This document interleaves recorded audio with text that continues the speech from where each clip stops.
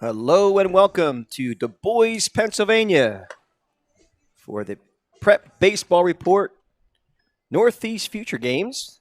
Final game of this whole set that we've been here for the last pretty much 3 days between Pennsylvania and New York. And on the mound for Pennsylvania is Derek Favell, the right-handed pitcher out of Bellefonte Area High School, 6'2", 205 pounds. And for BFA Sports, I am Al Fisher, along with my brother from another, Doug Stasic, and we're in the final leg. We are. And that's it. And we we're talk a little bit more on the announcer with the copyrighted music. Guys like to just turn up the music at the most inappropriate times. Like, what in the world is going on? Dude, where's the volume button? It's going to be interesting. Oh, boy. So, well, the great news is we, they say they saved the best for last. I can't really say that because it's the future games. Everybody's kind of the best. But we got a really great matchup here with Team New York versus Team Pennsylvania. Pennsylvania, I guess, considered the host of the Northeast Future they have to be. games. We are in Pennsylvania. Did you check the map, or are you not good with geography? We just got in the car and drove. All right. That's all I know. We know who's stepping up the plate. It's Carmelo Muzacchia, Yes. shortstop, second baseman, number 10. Out of Fordham Prep, he's 5'11", 160. Did confirm how he says his name. Yeah, that was nice of us. Came over and said hello. Very cordial young man. First pitch to him is a ball, so it's 1-0 to count to Muzacchia. Pop fly to the right side, out of play.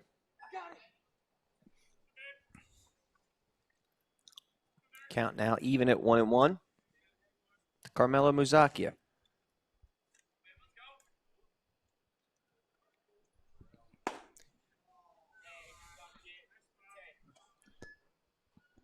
And he's come up big. I mean, we've seen him more than a few times hitting the ball to all fields, has runner in position, and he's got RBIs on his mind, and right now finds himself in a bit of a unique leadoff role.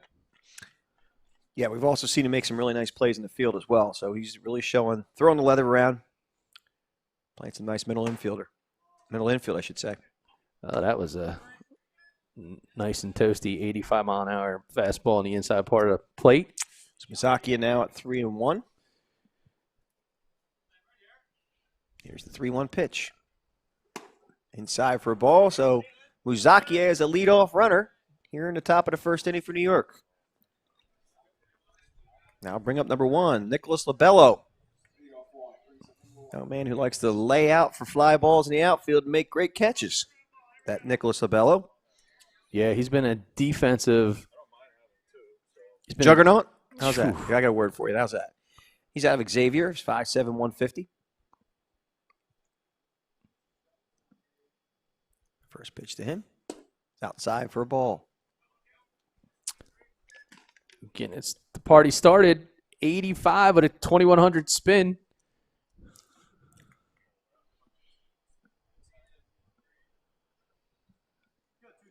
Coach Jed Carrier, talking Coaching strategy already. There goes the runner.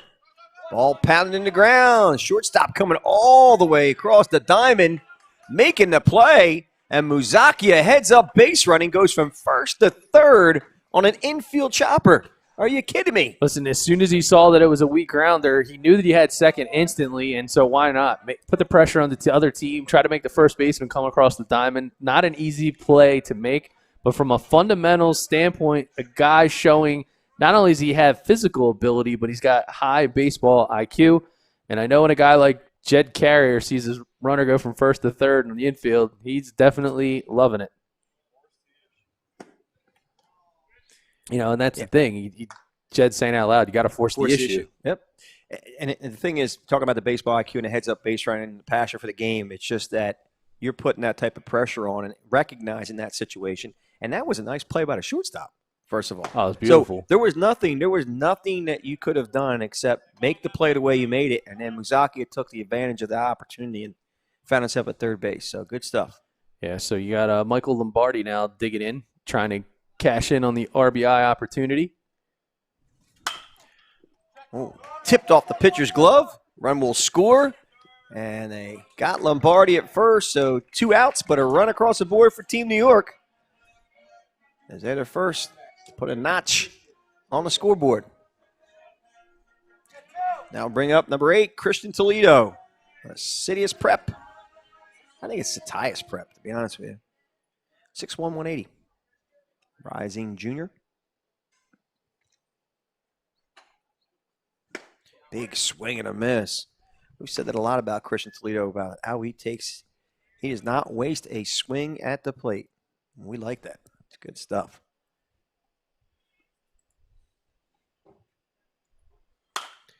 Popped him up.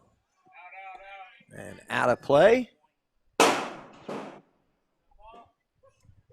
So that's a ball we definitely want to be able to get as far as the catcher's concerned, but we have a very unique setting with the tents here for PBR Prep Baseball Report. They got 2 set up, and we've got our own. We're right here on the field. Talk about being in the middle of the action. Oh, you're not kidding. Inside for a ball, try to sneak one by him at 85 miles an hour. Not to remind you, but I did save your life yesterday. I don't know why. Or no, that was actually Sunday night during the skills event. I don't know why you feel like you have to keep telling me that, but it's fine. You want to tell me why you have to keep telling me that? It's just a little, it's a scoreboard I keep in my head just to make sure that, I'm ahead. I did say it was Derek Fravel. You did say it was Derek Fravel. From Yes. Belafonte Area High School. All right. Yes. I just want to make sure I said the right name. For some reason, I'm just in my head. I'm saying, wait a minute. Did I say it I was right talking before. It is the summer. I'm missing the boardwalk, but this kid here, he's got this thing on scrambler mode spinning. His last breaking pitch was almost 2,500 on the spin. Now he comes back 87 miles an hour on the fastball, 2,400. All right, the count's now 3-2 to Toledo.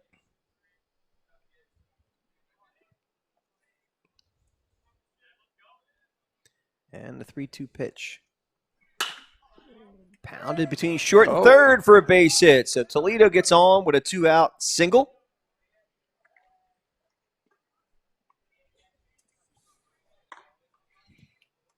Does a little shimmy shake on the first base.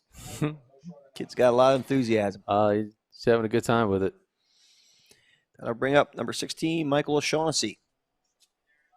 CBA Albany, 6 foot, 200 pounds. 6'1", 200 pounds.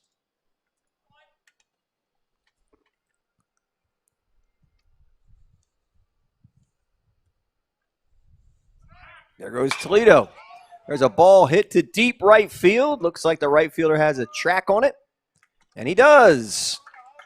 Snagged there by number 13, Nick Rubendahl. And that will end this first half of the inning. With New York with a run on the board, we'll be back with the bottom of first right after this break.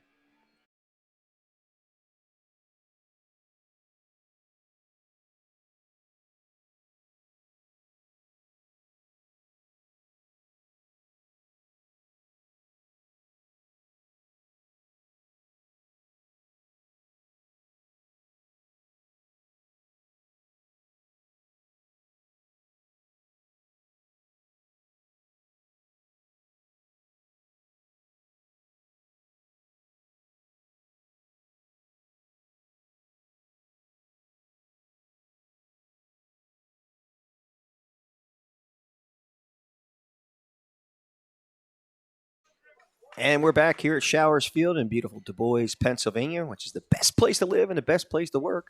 The pitcher on the mound for New York, number 7, Owen Stewart.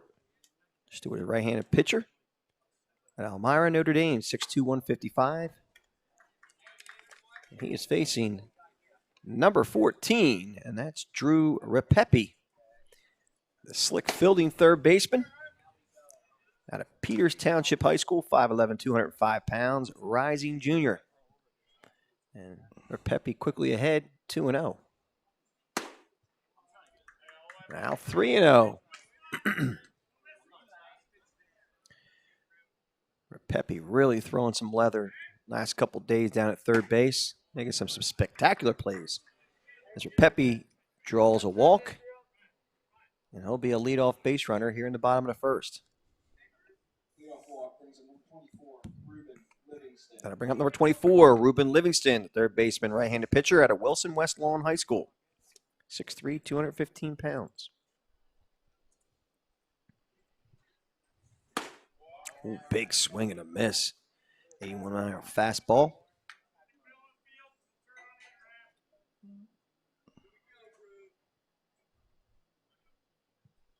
Counts 0-1 to Livingston. And breaking ball coming right back with something off speed or breaking to take a quick 0-2 lead. Getting ahead in the count on Livingston.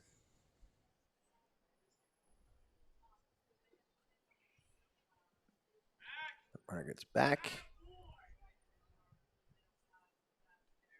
Stewart making sure the runner doesn't get too frisky over there. Livingston goes down looking. Well, have a day. 83 miles an hour with the fastball, 21.39 on the spin, and, well, somebody was like Tony the Tiger, man, had his Frosted Flakes this morning, and forget that. High noon. He's getting ready to go. I bring up Matthew Williams out of Warwick High School. All my hours have run together these last 3 days. That's all I know. What the hell's going on? If I was a vampire, I just let you ramble on. It's like that song by Led Zeppelin. Uh, Oh, boy. All right, it's 2-0 to Matthew Williams. The sun peers out and a ground ball to third. To second, to first. Double play as New York turns the twin killing. yeesh. And that's the end of the first. We'll go to the top of the second. We'll be back after this break.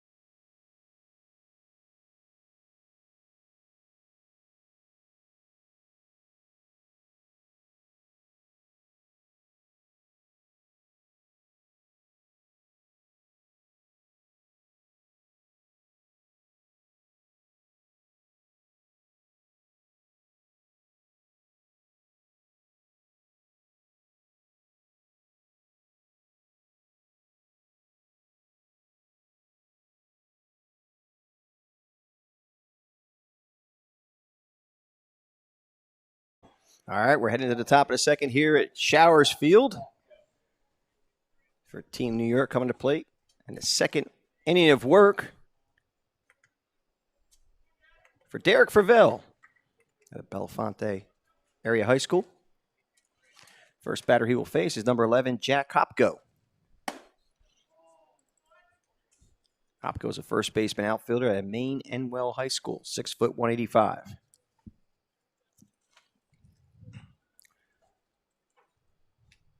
Here's the 1-0 pitch. High for a ball. It's now 2-0 to Hopko.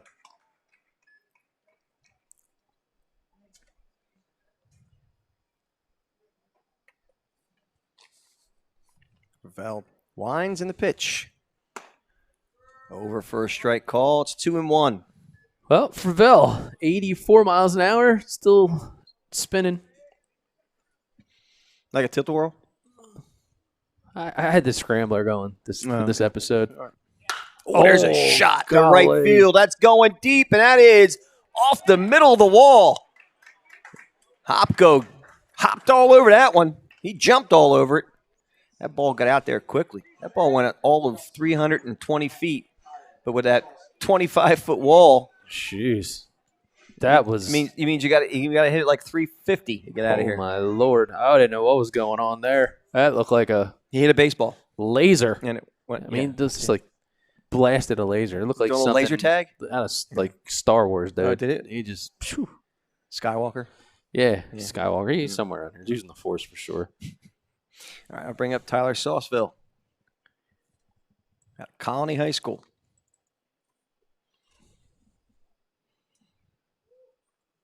Oh, line drive. One hopper to short. Second to first. Not in time. But still gets the lead runner. Nice work by Team Pennsylvania to at least get the lead runner and almost get Sauceville at first. That'll be one out, and that'll bring up number 25, and that is Adam Agresti. The catcher. The catcher at Kennedy Catholic. I thought the public address down there said something different. That's why I was confused. Sauceville taking some large secondaries out there at first base. I think the catcher took notice of that. Yeah, he's looking.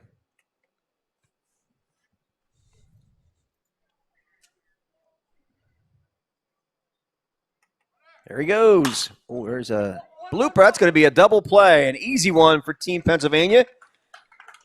As a humpback liner double play ends this top of the second. We'll be back for the bottom of the second after a short break.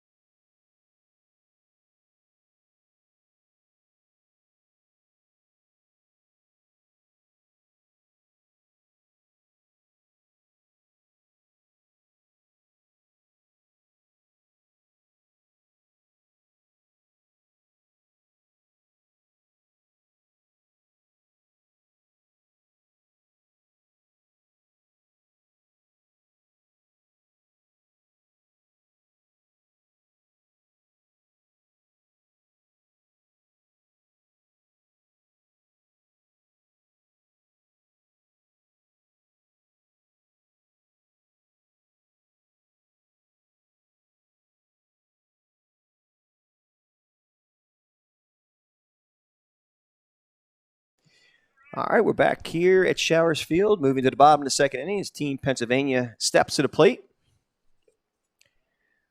With Owen Stewart still on the mound for his second inning work. And up to the plate is number 8, Ryan Fleury. The catcher for Team Pennsylvania. Takes the first pitch high for a ball. And yes, indeed, he went. So it's now 1-1 to Fleury. And the 1-1 pitch. As Stewart wastes no time. He likes to get the ball and throw it. It's now 2-1. I think we had 3 pitches in a matter of 30 seconds. And here's another one. Oh, there's a shot to center field, taking a center fielder back, and that ball is off the wall. And Fleury chugging into second base with a stand-up double. That ball was a bomb and hit the fence hard. We've seen some guys dropping barrels so far in this game. A lot of hard hit balls, but a lot of great defense. And that one there, he was able to get way behind him. Now I'll bring up number 5, Quinn Moody. Shortstop, second baseman in Central Bucks East High School, 5'11", 170. Big swing and a miss, trying to knock in Fleury to tie this game.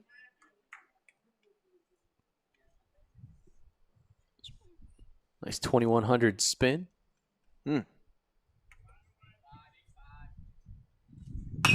There's another shot to left center. That's going to fall for a base hit. Fleury will score. And Moody back at first with a long single. This game is now tied up at 1 here in the bottom of the second inning. Well, you got to answer the bell, and when you got some rivalry going on, like we saw last night in the nightcap, I mean, you got neighbors from New York and Pennsylvania, and, man, we're seeing great pitching and great hitting here. I'll bring up number 19, Justin Holmes. First pitch is over for a strike call. So we have nobody out here in the bottom of the second inning. Moody at first base and 0-1 count. There goes the runner, Moody. Here's the throw. Not in time as it makes it out to the outfield as Moody decides to stay at second base. And he's now in scoring position with an 0-1 count to Justin Holmes at a Northwestern Lehigh. It's not Lehigh, it's Lehigh High School. 6'3", 200-pound rising junior. You know, Hooked on Phonics worked for me, Doug. Yeah, I saw your T-shirt. It was spelled H-U-K-T, and then it was F-O-N-I-C-K-S. I don't know how you did with that, though. Yeah. Looks like you maybe missed a couple chapters. Mm-hmm. I did. I missed more than just a couple chapters. I missed a whole few years. Well, you would have to buy the book first.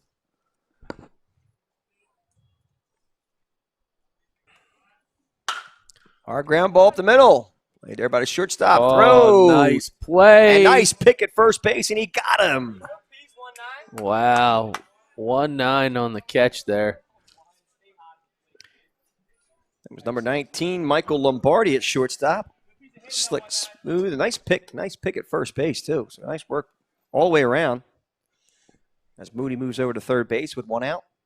That'll bring up number 11, David Kessler. First pitch is over for a strike call.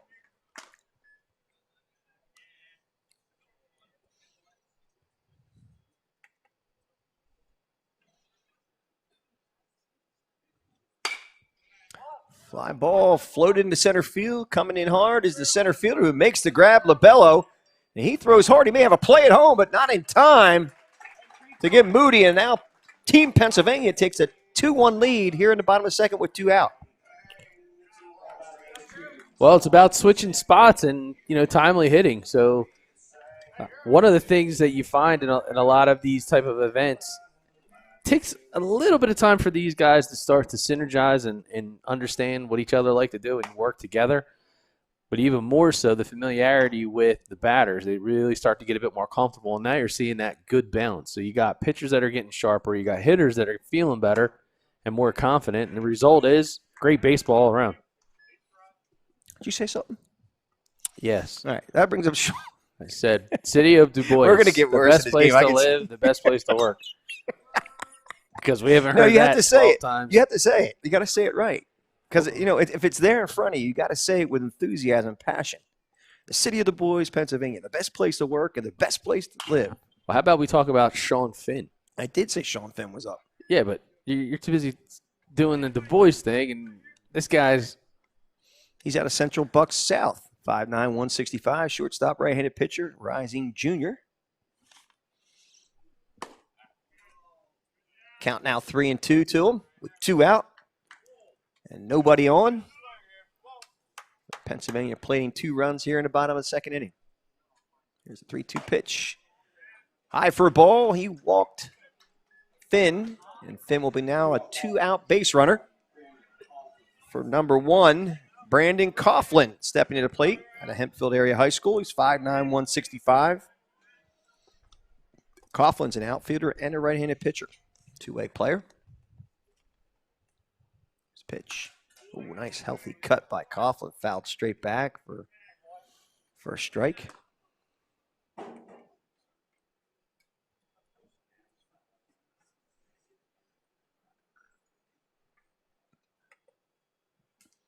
Here's the 0-1 pitch.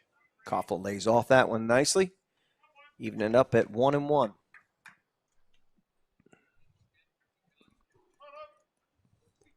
So the pace is really good here for. It is. Stewart just pounding his own, keeps pounding it, not rattled. Couple of decent shots, but other than that, he's keeping things under control. Here's the 1-2 pitch. High for a ball. It's now even at 2-2 to Brandon Coughlin.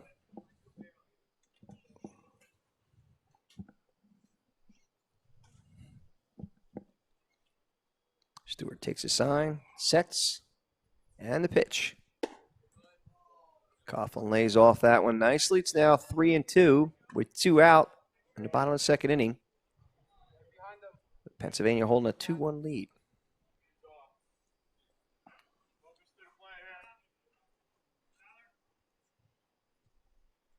Here's the pitch. Pop fly to the right side. Second baseman, nope, calling for it. No, right fielder does. As he calls everybody off and makes the play for Team New York, and that was Tyler Sauceville. Grabbing that one. We'll be going to the top of the third. We'll be back right after this break.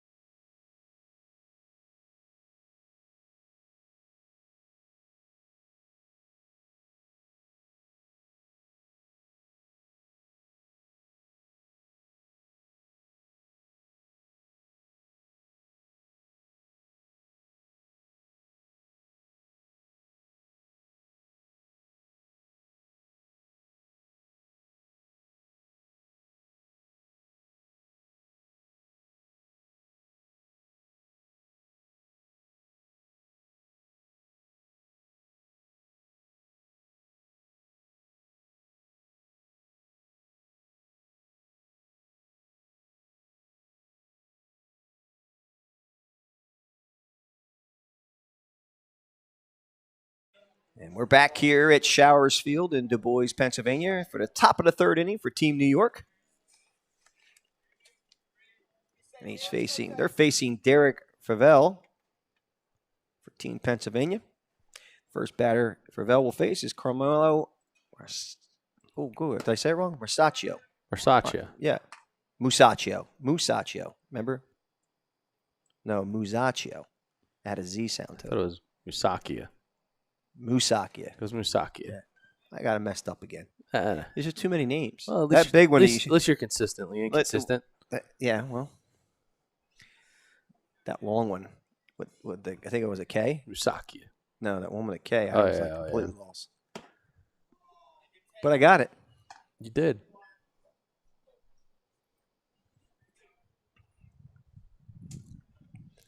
All right, so it's 2-1 to Musakia. Oh, there's a shot. Center field taking it deep, but number 2, Charles Evans, had it tracked down and makes the play for the first out here in the top of the third inning. That'll bring up Nicholas Labello, an Xavier High School, 5'7", 150 pounds, outfielder, rising junior.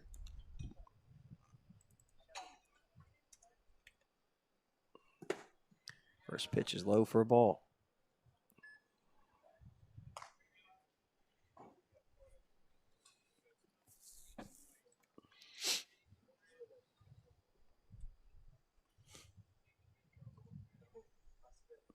Bell sets in the pitch. Outside for a ball. It's now 2-0.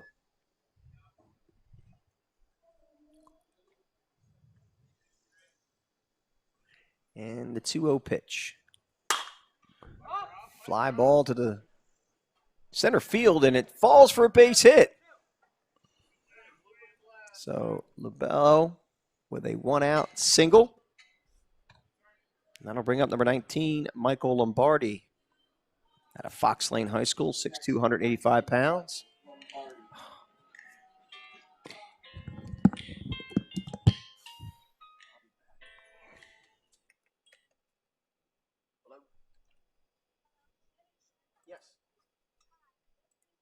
Yes, Anthony.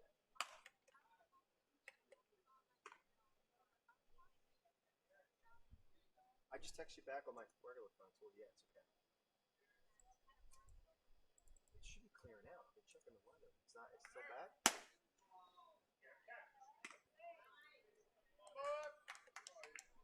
And a nice steal there by LaBello. Great first move and didn't even hesitate as Michael Lombardi now looks to switch places with LaBello now with one out and Team New York down by a run.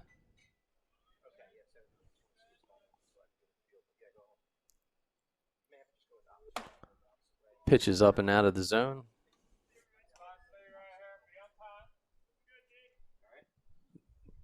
Has Lombardi hitting in the 3-hole. Trying to showcase his capabilities to be a RBI producer. Pitches away. You good? No, I was just making sure because I know how particular you like OCD, so I just want to see if the lines were going actually parallel to each other on this. Well, it doesn't matter because when I go to talk, you just talk over me anyway, so you don't need the volume. All right, so Lombardi now. The 3-0 count. And he is going to get a free pass? Yeah, today's giveaway. Free trip to first base. Here comes Christian Toledo, who does not waste a single swing at the plate. I don't know how he doesn't corkscrew into the ground. No, and it's not wild. It's just vicious. I'm not, there's a totally difference where one's too wild, you don't have control. This swing, if he gets a hold of one, God forbid where that ball goes. He is going through a baseball. Big time. Every time he has the opportunity to do it.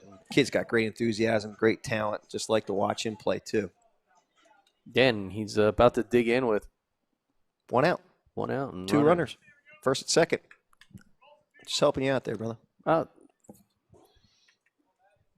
can multitask, too. I think you think you're the only one who can multitask. Oh, well. All right. Here's the pitcher for Vel. High for a ball. Just want to know to Christian Toledo. Do you want to do play-by-play? You can. No, I'm just going to be Marty from the Major League Baseball movie as the color commentator for him. Okay. Ball.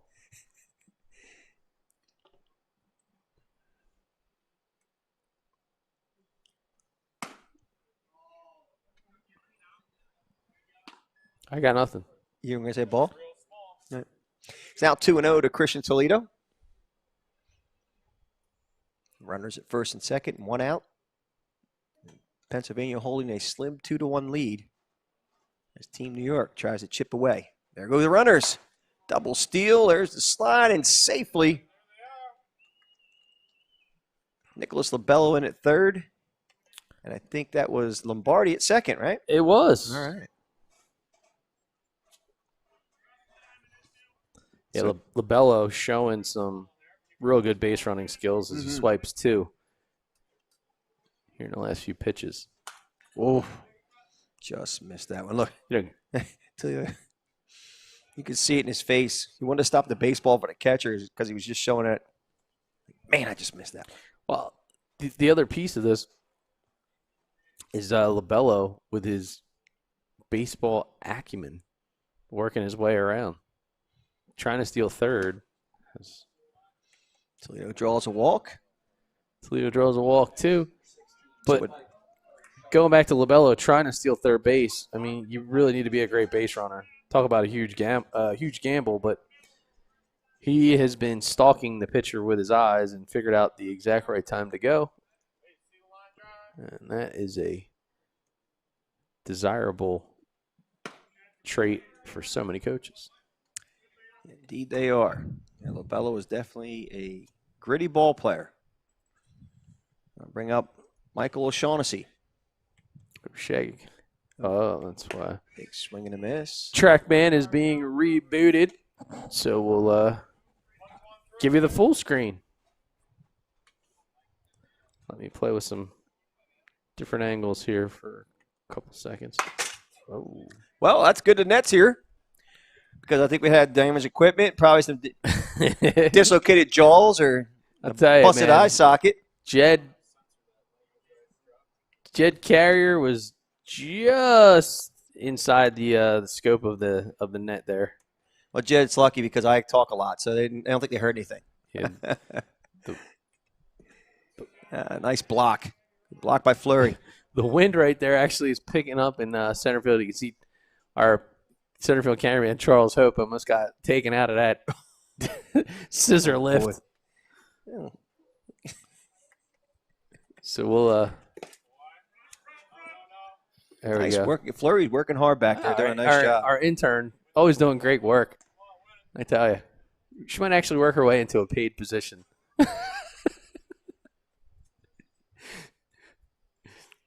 I mean, the way they were holding down the fort over there earlier during the rainstorm, I tell you. Oh, boy.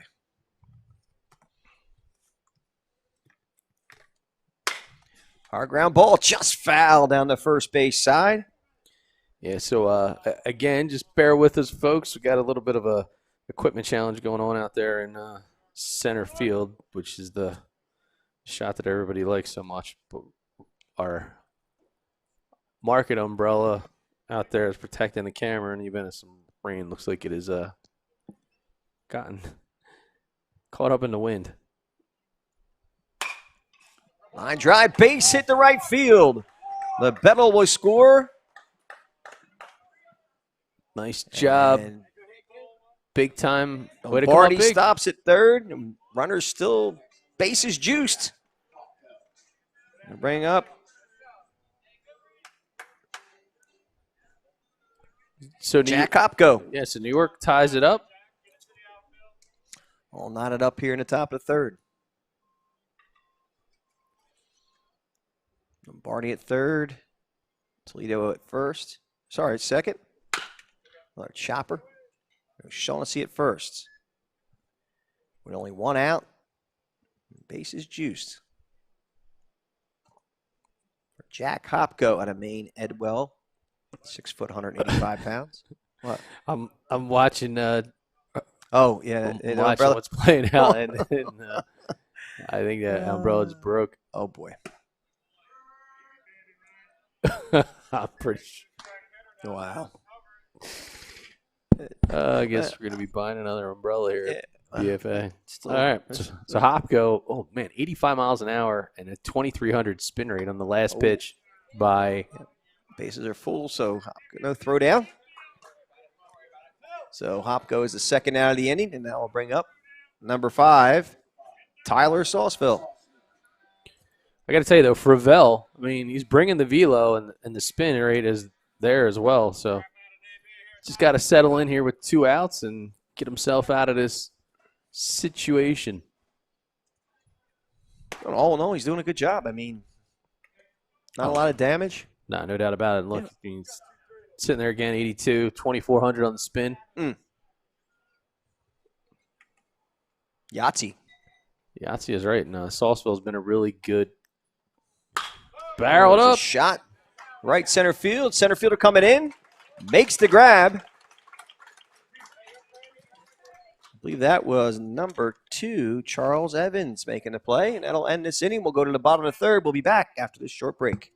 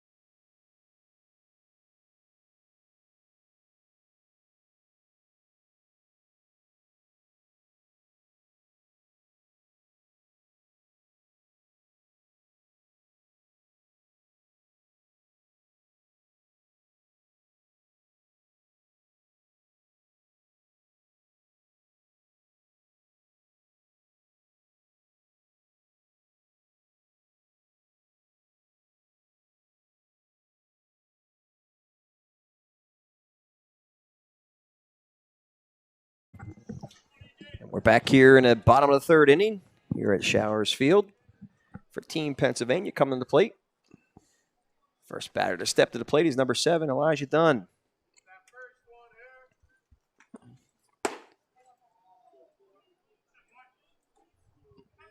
As Owen Stewart is in his 3rd inning of work. Now with a 2-2 even score. He's Dunn now ahead of the count, 2-0.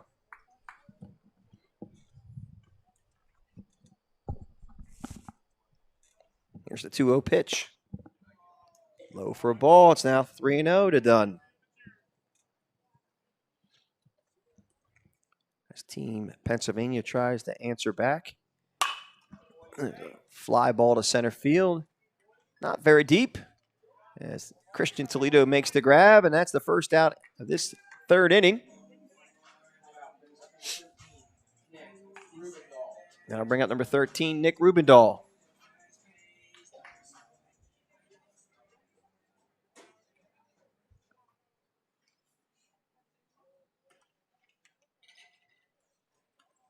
First pitch to him, curveball, swing and a miss.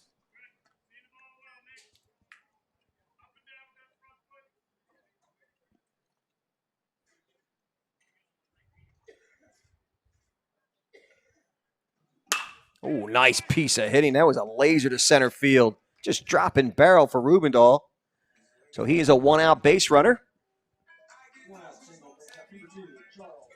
I'll bring up Charles Evans, the center fielder. He's been holding down his position quite well out there in center field at Pennsbury High School. 5'9", 165.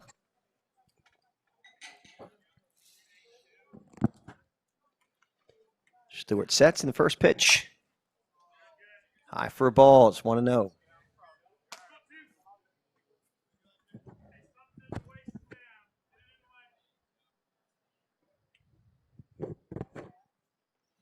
Here's 1-0 pitch. Oh, line drive going in the corner, fair ball. Rubendahl round second. It's chugging into third, and he'll get there safely with Evans in a stand-up double. Great piece of hitting, finds the ball in the inside half of the plate, gets the hands way inside, comes down the line, and as soon as it was hit, all the guys on base knew what they had to do, and that was to giddy up and go. You gonna dance to this song? Yeah, you are. I knew it. I'm that soldier boy. You are a soldier boy. That'll bring out number 14, Drew Repepe. The slick fielding third baseman at Peters Township High School, 5'11", 205 pounds. First pitch is over for a strike call. He's got runners at second and third with 1 out, and a great opportunity for Repepe to help Pennsylvania take a early lead.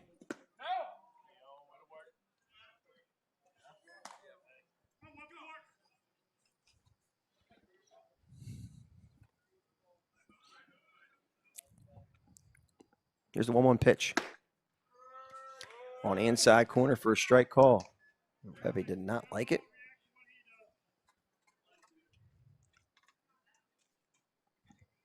And the 1-2 pitch. He cut fouled back and off the screen.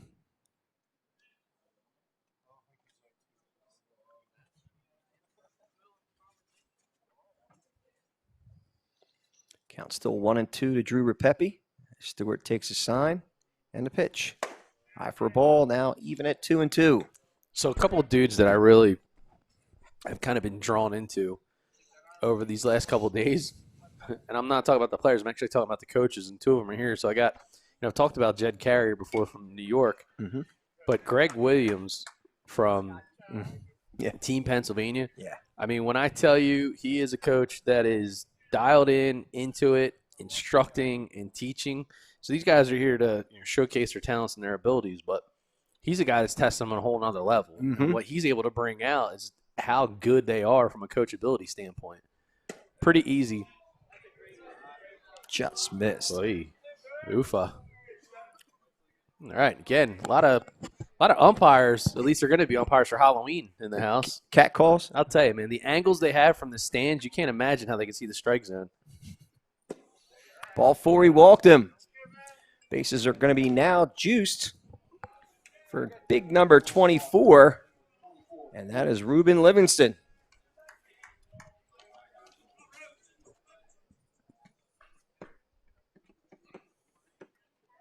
My partner and brother from another starts. Tell me nothing. Well, we're definitely not going to get copyright issues with you singing. No, They're going to think it's like dogs howling in the night. It might sound better.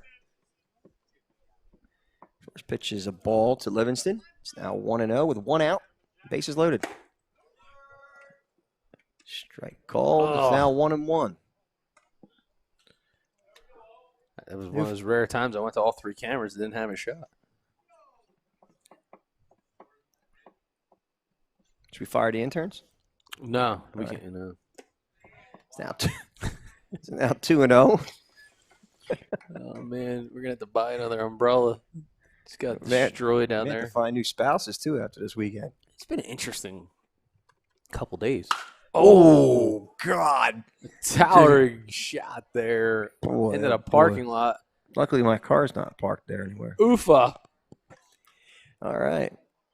It's now 2-1 to Ruben Livingston at a Wilson West Lawn High School at 6'3", 215 pounds. Meanwhile, Stewart continuing to remain calm.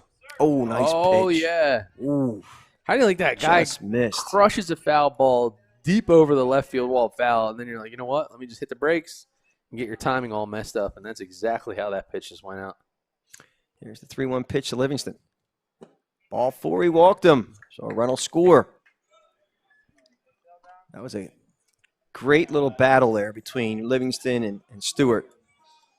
As that's not Stewart having control issues. That was just a great little battle. Loved it. That'll bring up number 25, Matthew Williams. Oh, there's a shot to left field. That's going to fall for a base hit. Going all the way to the fence. 1 run will score. Oh, 2 runs will score. Oh, no.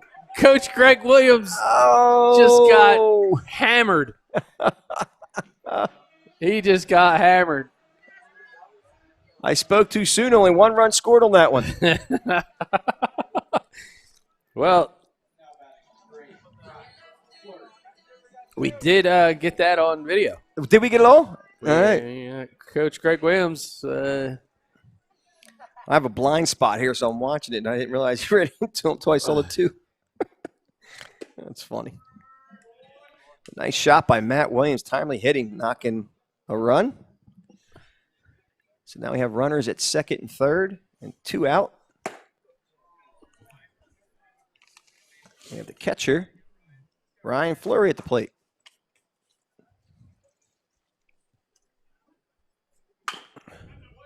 And Fleury, I believe, hit a laser to left center field earlier today for a double.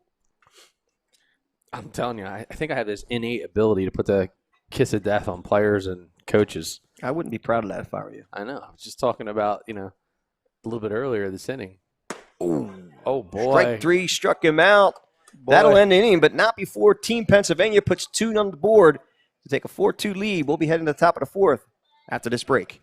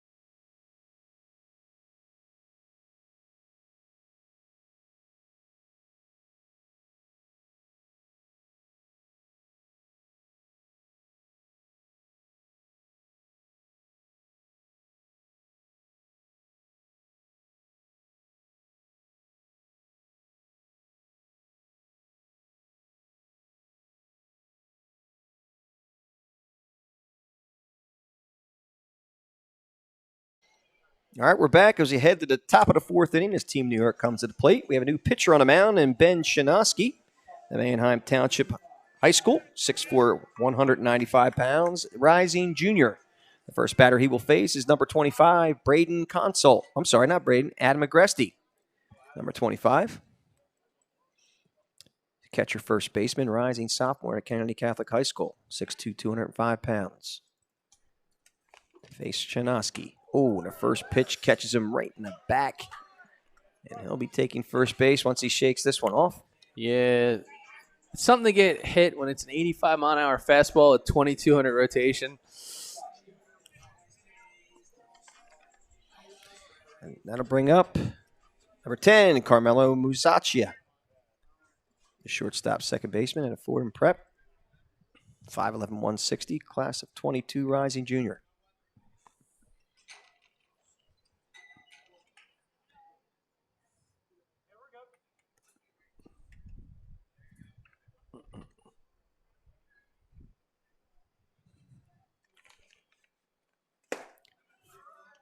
First pitch is over for a strike call. All right, so again, first two pitches, 85 miles an hour and 2,200 on the spin. Here's the 0-1 pitch. Ooh, just missed on the outside corner. But I'll tell you what's really catching my eye is the fact that it's the stretch. I mean, he's getting really long on the extension. I've already seen over 7 foot. So that, from an impression standpoint, at 85 mile an hour is probably more like almost low to mid 90s. He's going to grab you a couple of miles an hour in terms of how it looks. But yeah, he was at 7.2 from an extension standpoint just a couple pitches ago. It's now 3-1 to Musacchio. 2,300 on the spin. Musacchia, not O. Musacchia.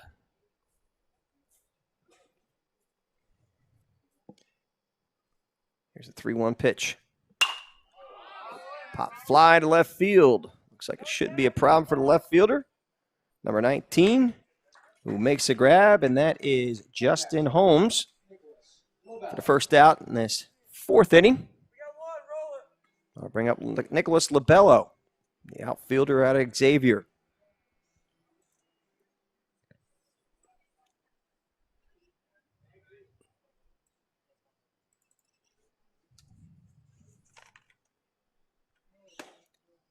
First pitch to him is high for a ball.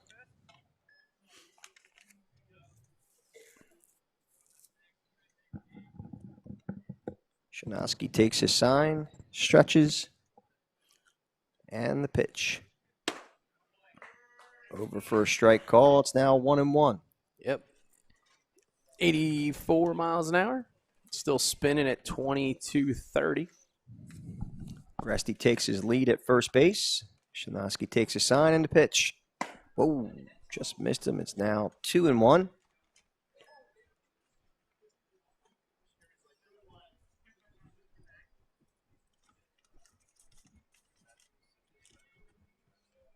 Here's a 2-1 pitch. Pop fly to second base. Grab made there by number 3, and that is Sean Finn. So now we have 2 outs here in the top of the fourth. And then I'll bring up number 19, Michael Lombardi.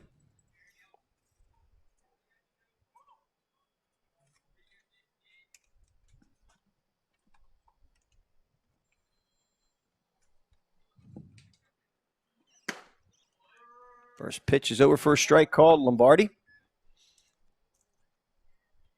Pennsylvania leading 4-2.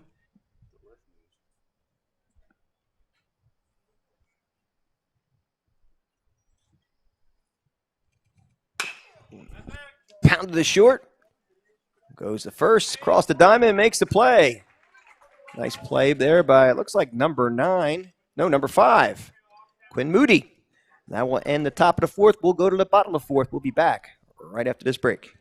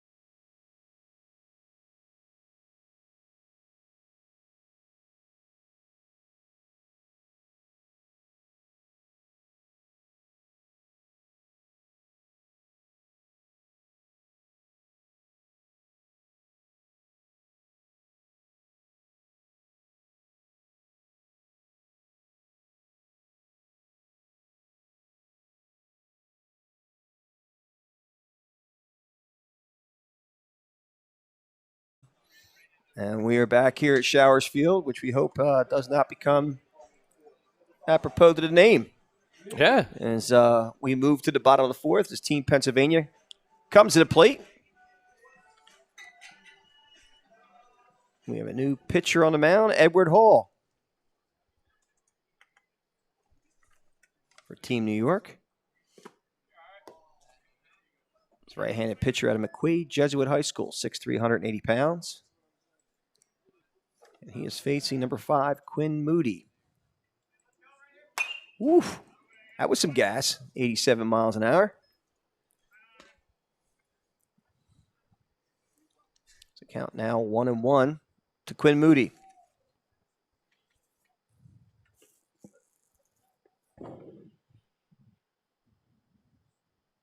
Here's a 1-1 pitch. Whew. This young man likes to bring it.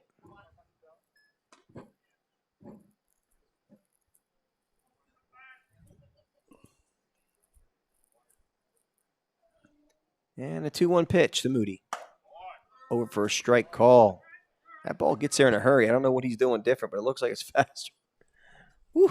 Yeah, it's 2,200 on the spin. He's got about 88 miles an hour. Pop foul. Right side, now to play. Count remains 2-2 to Quinn Moody.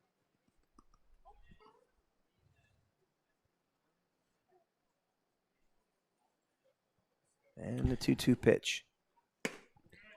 Outside for a ball. It's now full.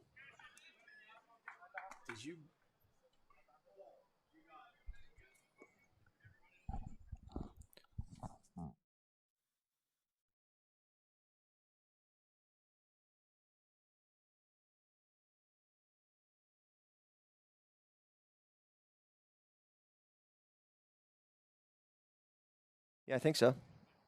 Okay. All right. That's a leadoff walk for Quinn Moody.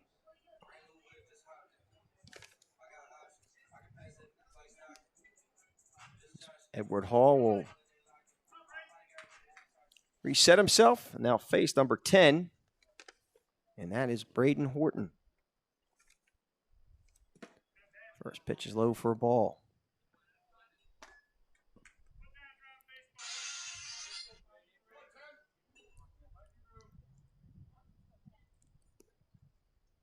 There goes the runner. Here's the throw. Not in time to get Quinn Moody. As Horton now has an opportunity with a 1-1 count to extend this lead for Team Pennsylvania to 5-2. Ground ball to second. Scooped and fires. Got him. So solid play by number 19, Michael Lombardi. As Moody moves over to third base. And that'll bring up number 19, Justin Holmes. At Northwestern Lehigh.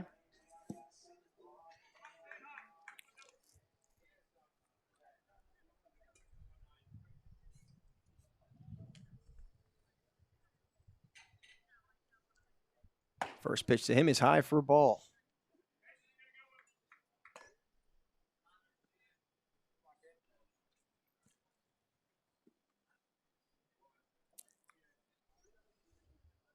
So 1-0 to Justin Holmes, and here's the pitch.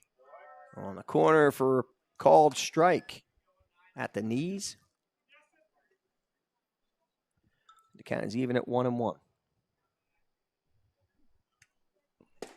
Swing and a miss. It's now 1-2 to Holmes.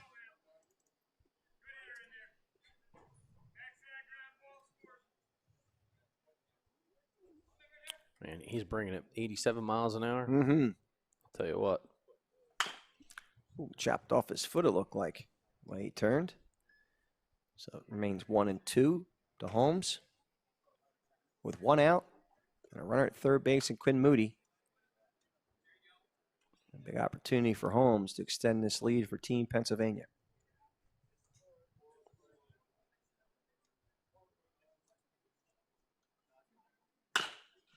Chop to third. It's going to be a tough play for the third baseman to come home, but wow, Holmes got down that line. He's going to chug over to second base, or maybe not. Is he or isn't yeah, he? the ball went out of play, so he's going to get the extra base there. All right, so Team Pennsylvania extends the lead to 5-2 here in the bottom of the fourth inning. I'll bring up David Kessler, shortstop out of Bethel Park High School, 5'11", 193 pounds, a rising junior, class of 22.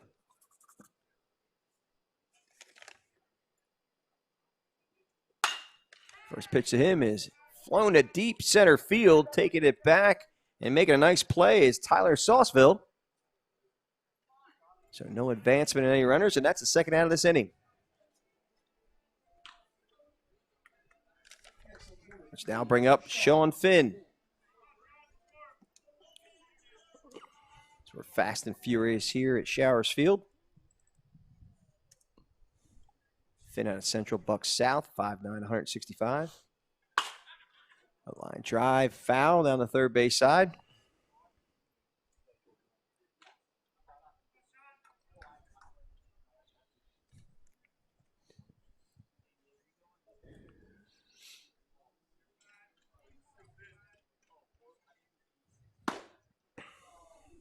Pitch is outside for a ball. It's now even at 1-1.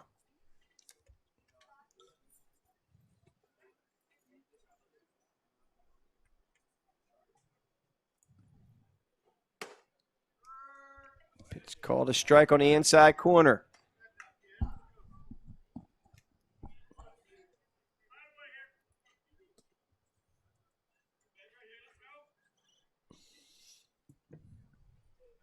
Here's the 1-2 pitch. Swing and a miss. Oh. He struck him out. That'll end the inning. We're heading to the top of the fifth with a score, Pennsylvania 5, New York 2. We'll be back after this break.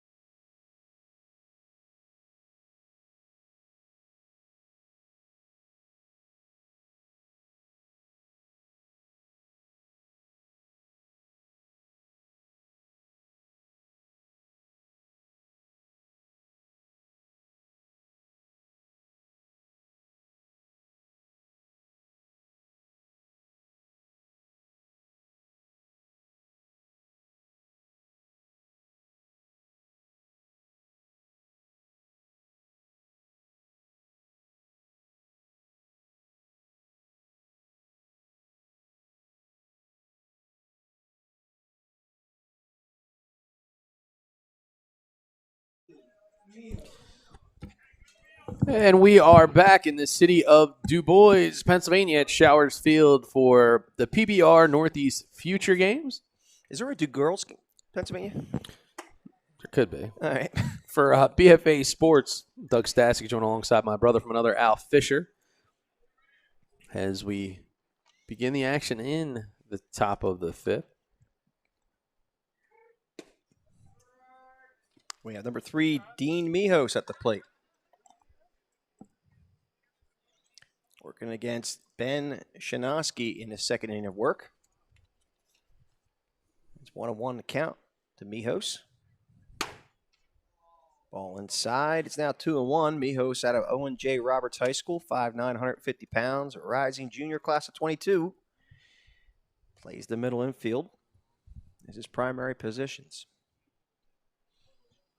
Shanoski sets. And a pitch. High for a ball. It's now 3-1 to Mijos. Pennsylvania picking up a run in the bottom of the fourth has extended their lead to 5-2. Team New York attempting to make a chink in that armor. As Mijos grounds out to second base. That'll be the first out here in the fifth inning. Oh, good song playing in the background. I'm going to talk over it, though. No Sleep Till Brooklyn, man. Yeah, I love that song. That's all. It's a whole New York thing they got going on. Man. It's kind of cool. Oh, yeah. So that would be Brian Rincon. Or Rincon. No, I think it's Rincon. Ground ball, base hit to right field. So Rincon, a one-out base runner. And I'll bring up number 2, Michael Mancini. Mancini, a shortstop right-handed pitcher. Bats left and throws right at a Maine Enwell High School, 5'10", 160 pounds. This kid, I think, was mentioned before. He's a good overall kid, but I was engaging him during the break, and he wears that all-American boy kind of moniker, if you will. Just a good dude. Oh, doubt. Good kid. Good family. I think that's what was mentioned, too. All about it. We were talking about. Yep.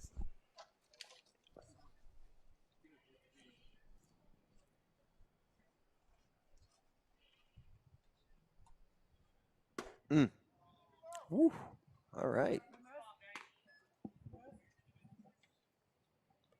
Counts now even at 1-1. Nice breaking pitch there at 73 miles an hour. Here's the 1-1 pitch. There goes a runner. Here's the throw. Not in time. So Rincon going to be going to third base. Heads up play right there. Now we got a runner in scoring position for Michael Mancini. And 1 out here in the top of the 5th inning.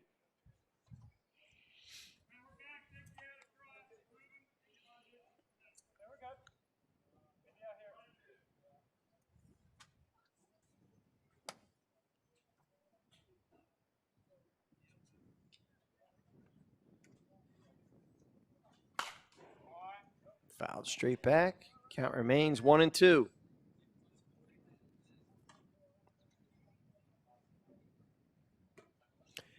The sun pops out through the clouds here in Du Bois, Pennsylvania.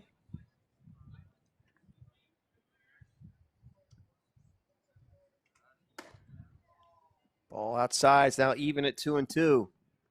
If you saw the cloud I'm looking at, I don't know if you'd think it was too promising going forward.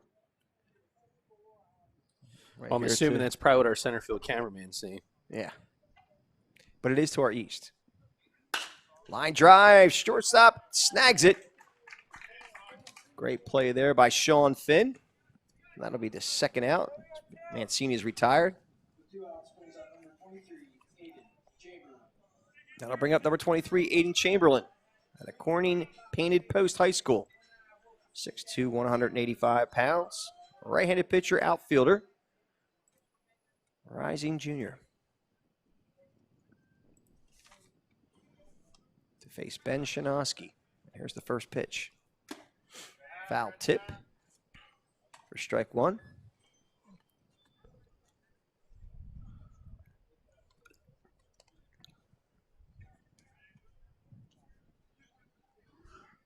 Shanoski sets the pitch. And fouled straight back for Chamberlain. It's now 0-2. Shanoski finds himself quickly ahead of Chamberlain. Just missed Joe from New York. He almost caught that, really. With his face, but he almost caught it. Fouled back again, off the net and back into the field of play. So the count remains 0-2 to Aiden Chamberlain.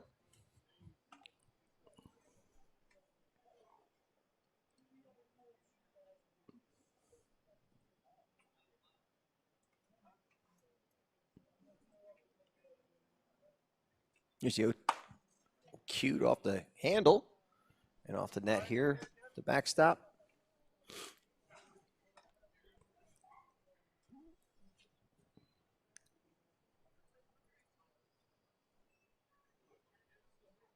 Shanoski sets. And the 0-2 pitch. Outside for a ball. The count goes to 1-2.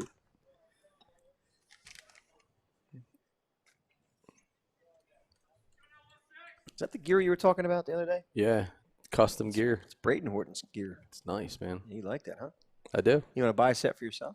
Yeah. Just walk around the house with it? Swing and a miss. He struck him out. Chamberlain goes down swinging. We'll go to the bottom of the 5th We'll be back right after this break.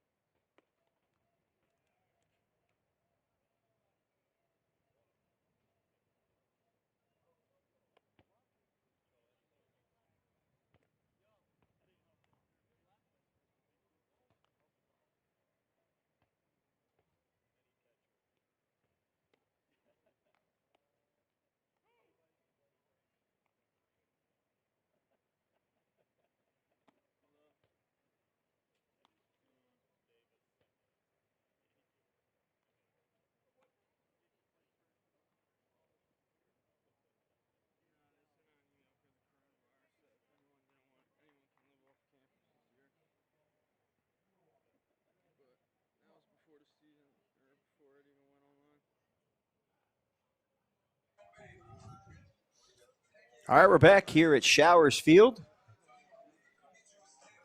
for BFA Sports. We're heading to the bottom of the fifth.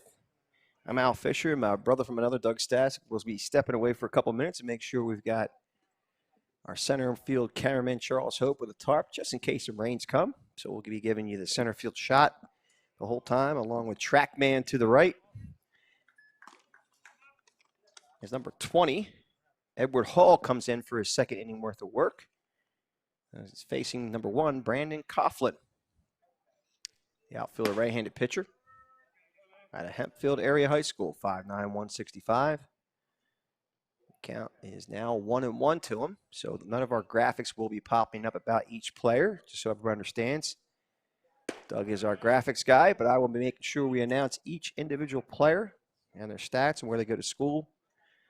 Any type of information we've seen about him over the last course of 2 or 3 days. The count is now 1-2 to Coughlin. Pitch is outside for a ball. It's now even at 2-2. 86-mile-an-hour fastball with a 21.66 spin rate for Hall. Here's a 2-2 pitch. Oh, nice breaking ball. He struck him out. So Coughlin goes down swinging. And I bring up number 7, Elijah Dunn.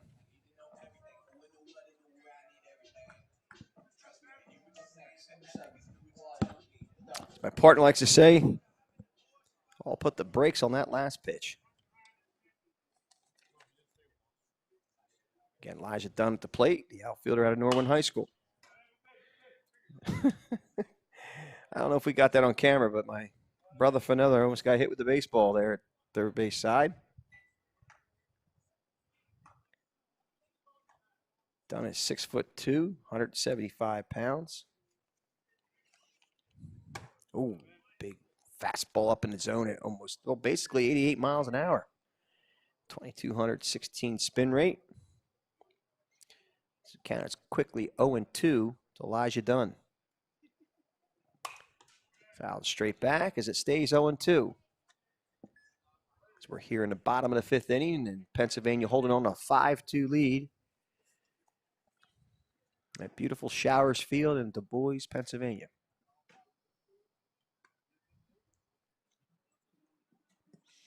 Ball bounces up there, so it's now 1-2.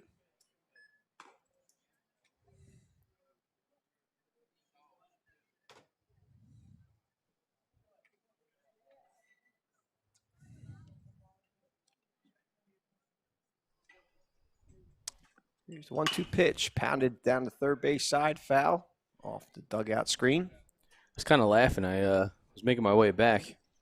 Almost got hit. I mentioned it. Yeah. I had I stood behind. I hoped it was called on camera is what I was saying. Yeah. I don't know. I stood behind Rubendahl because I'm like, nah, I'm good. I'll just stand behind you. He can shield me. Human shield, huh? Struck him out. Big pitch Hall there. is dealing.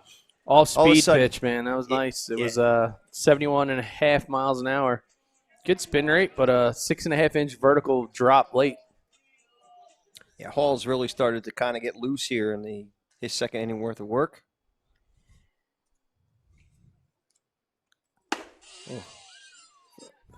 First batter he'll face is number 13, or sorry, with 2 outs, the batter he'll face right now is Nick Rubendahl out of Pope John Paul II High School, 6'1", 195. Our ground ball through the hole, base hit the right field. So Rubendahl, a 2-out base runner. And now bring up number 2, Charles Evans out of Pennsbury High School.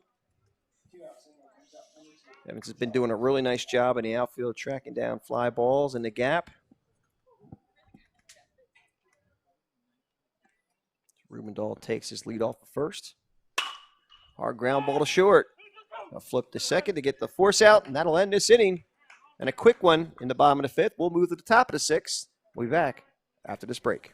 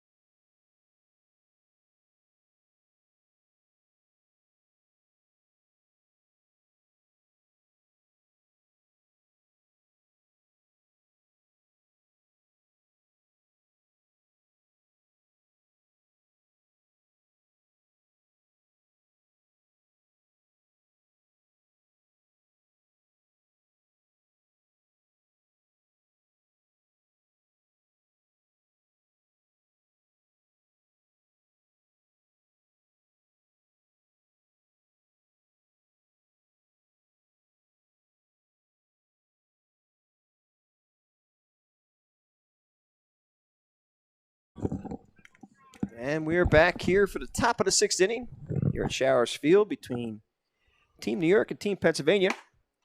As Team New York takes the plate with Michael O'Shaughnessy at the plate facing number 16 for another inning worth of work, Ben Shanoski. Pitch is over for a strike call, so it's now 1-1 to O'Shaughnessy.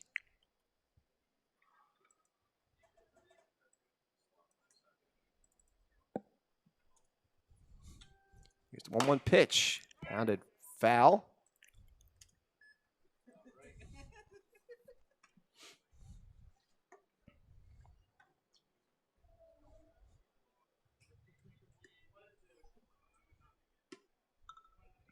It's now 1-2 to O'Shaughnessy. Shanoski swinging the pitch. Pounded right down the first base side is number 20, Edward Hall, getting a little brave over there.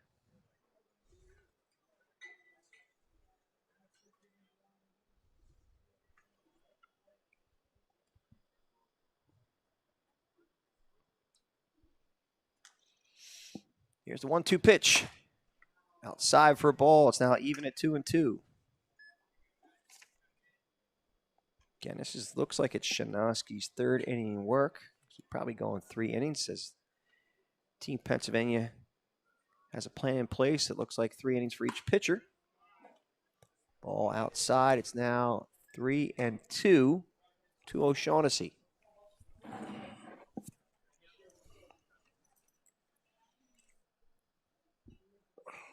Shanoski sets.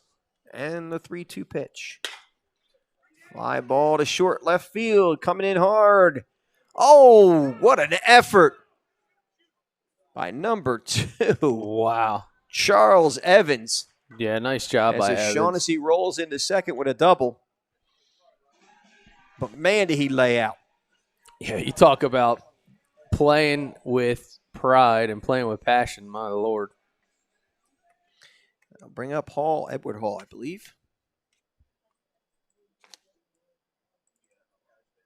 Yes, indeed it is. Edward Hall.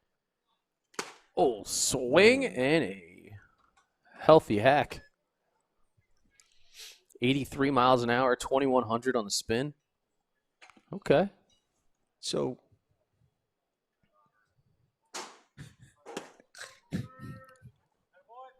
What? so my cat gets a hairball. Is it, you consider that a healthy hack? Oh, dude. I don't know if it's the migraine is setting in or what's going on. Oh, God. Anyway. It's 1-2 now to Edward Hall. O'Shaughnessy at second base. I don't remember passing any liquor stores on the way to the field. Maybe No, we should have rode No, together. no. Oh, strike 3 call Oh. right at the knees. Thought that was a good call by Blue. So there's 1 out. And that'll bring up number 6. Marcus Smith for New York. It's our first time seeing him in this game. At All Hallows High School, 5'10", 180. Smith is a shortstop outfielder. Hit a hard ground ball up the middle for a base hit. And O'Shaughnessy stops at third base. Oh, no. Here comes the throw and a snap throw to second. Not in time. So runners are now at second and third base after that base hit from Smith with 1 out and an opportunity for number 18, Nicholas Bedillo, who came in the game earlier to catch for Team New York. Knocking a couple runs and cut this lead possibly to 5-4. Plenty of action on the base paths. And really good jobs all around as far as the pitch selection goes. Because he's dealing. Shanoski is bringing it.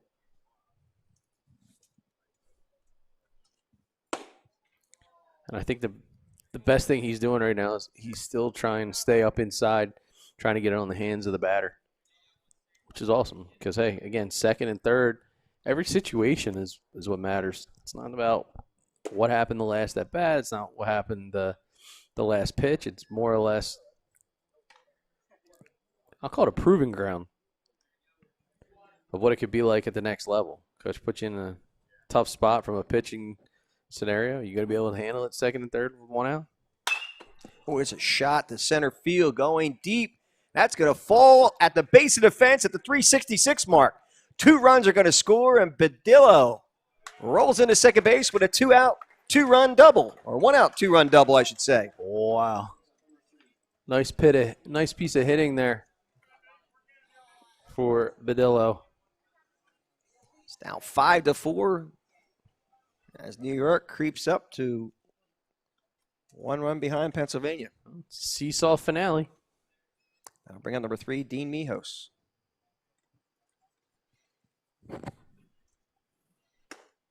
First pitch is over for a strike call. You know, we've seen this from the New York squad, though, as well, and sending a message that no matter what it is, how many runs are down, they're going to be patient. They're going to find a way to put a proverbial run together. And when you have that level of confidence and you know that the guy behind you is going to give it just as much effort and has just as much talent, that really helps, I think, project you along. Swing and a miss. He struck him out. So Mijos goes down swinging.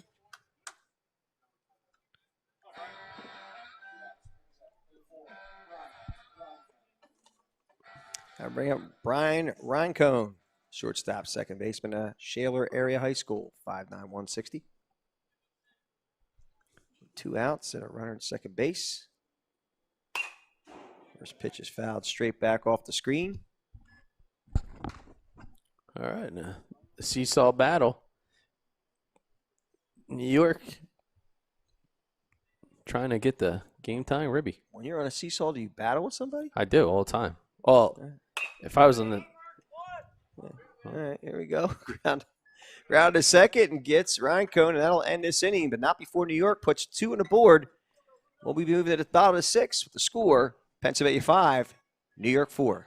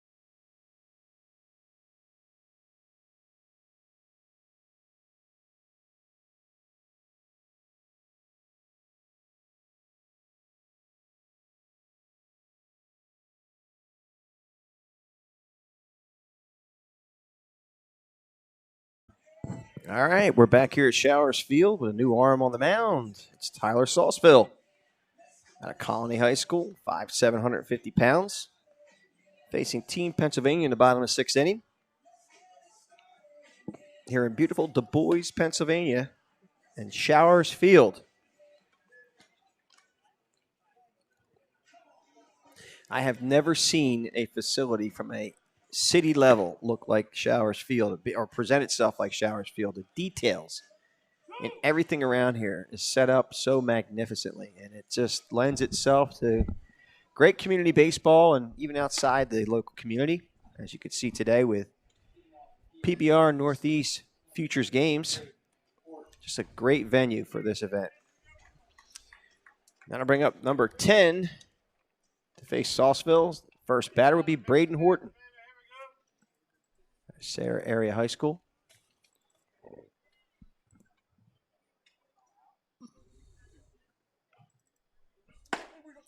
First pitch is over for a strike call. A 2-mile-an-hour offering to Braden Horton. Yeah, Horton's had a nice couple days here at the Future Games. Getting it done. Did he say he checked? All right, 66 miles an hour, and one of the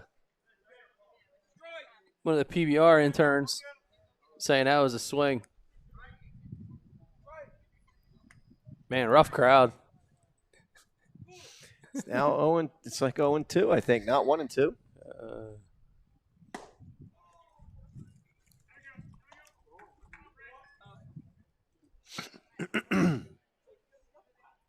I'm completely confused. I guess it's 1-2 now. Here's the 1-2 pitch. Outside for a ball. It's now 2-2.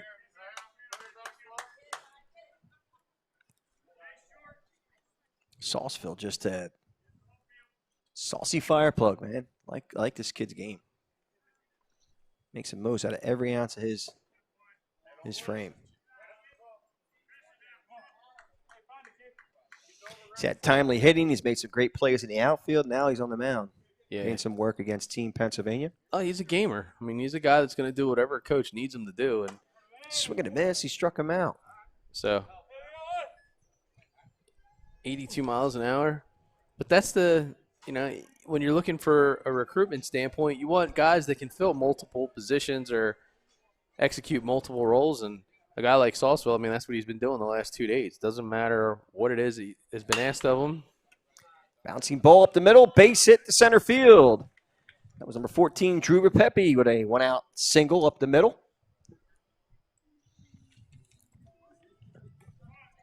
That'll bring up number 24, Ruben Livingston.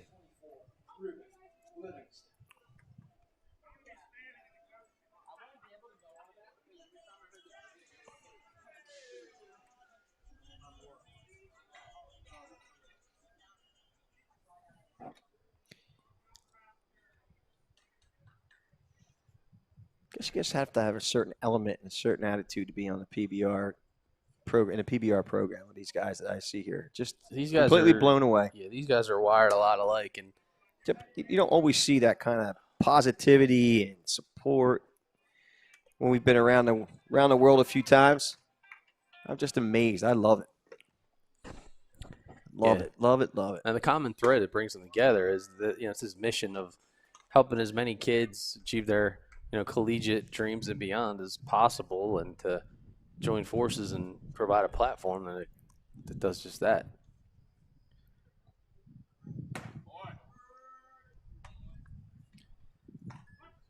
Just blown away. So count goes to 1-2 to Livingston.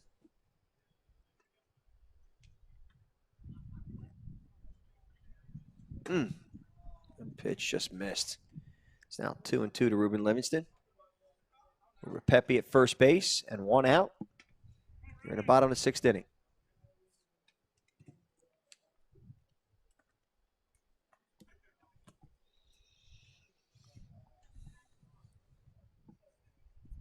Salsville sets in the pitch. Pop fly out of play down the first base side. This count remains 2-2 to Livingston.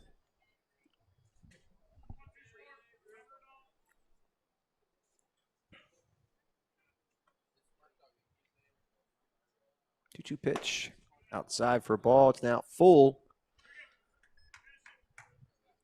to Ruben Livingston.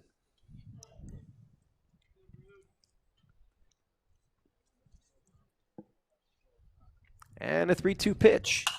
Popped foul out of play. Wow. That one was straight up.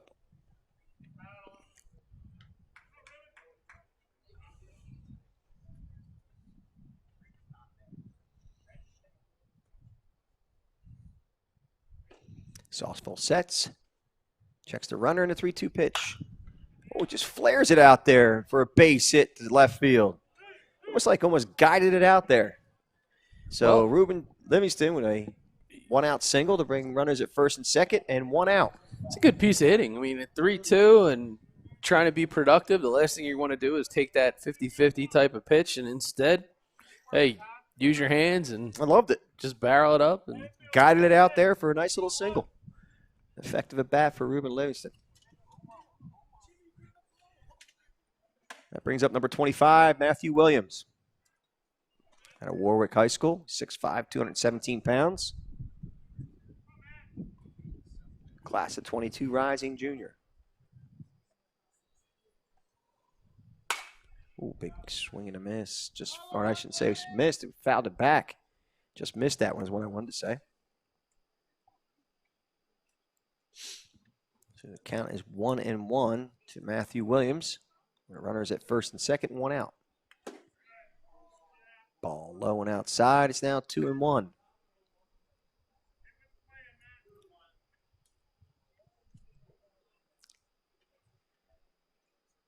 Here's the 2-1 pitch. Swing and a miss by Williams. It's now 2-2. Runners at first and second, and one out.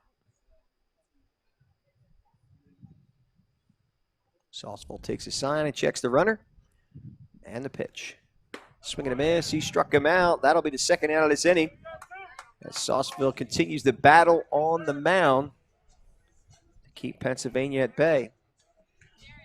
We'll see how he does now. He faces number 8, Ryan Fleury, the catcher.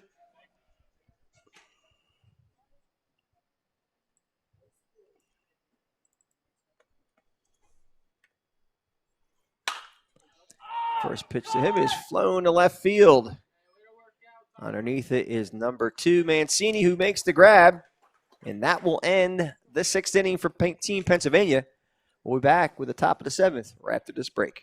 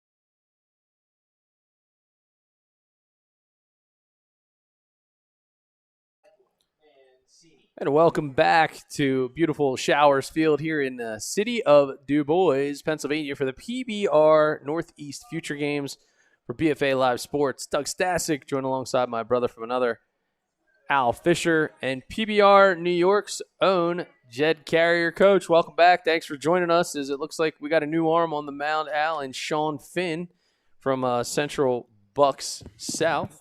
Yeah, Sean Finn, Central Bucks South, 5'9", 165, rising junior. Face Michael Mancini. Well, that's a tough order to get things started here, Coach Jed. Absolutely. I think anybody that's been around the ballpark today is well aware of Michael Mancini not being an easy out.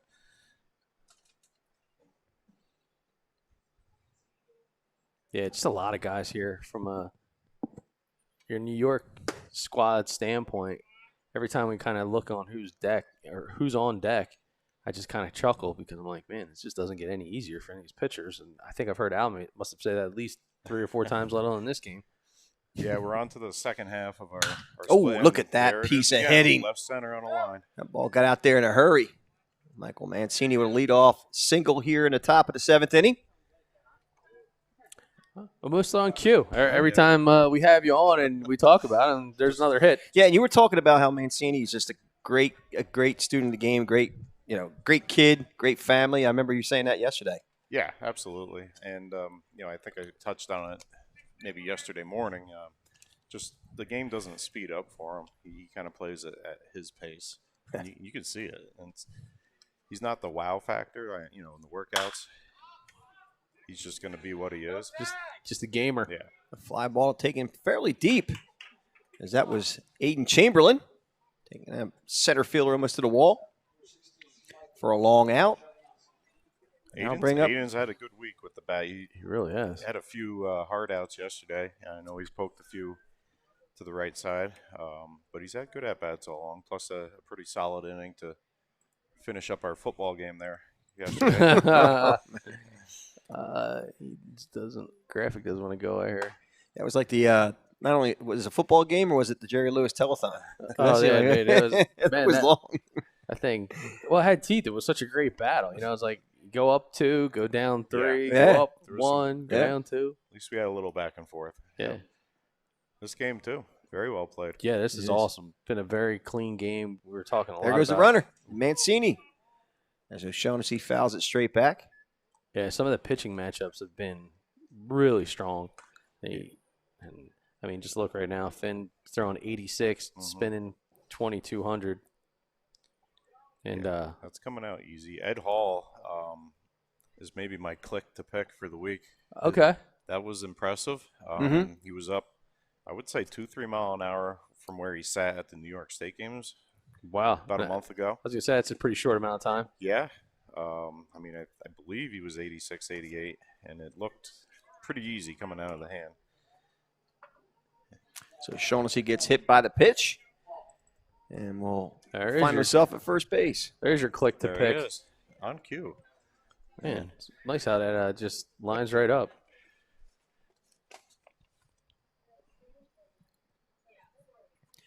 So runners at first and second, one out, as Team New York tries to chip away at the 5-4 lead to Pennsylvania. Big swing and a miss. Oh. I would say healthy hack, but I don't need you to ask me about your cat hacking up hairballs or something like that. This guy out of control. I don't know if you heard that one, but I'm trying to. Oh, that's a nice piece of hitting. That's dropping Down. quick, and it's a base hit. So runners will advance to third and second base, and now we have the bases juiced for number 6, Marcus Smith.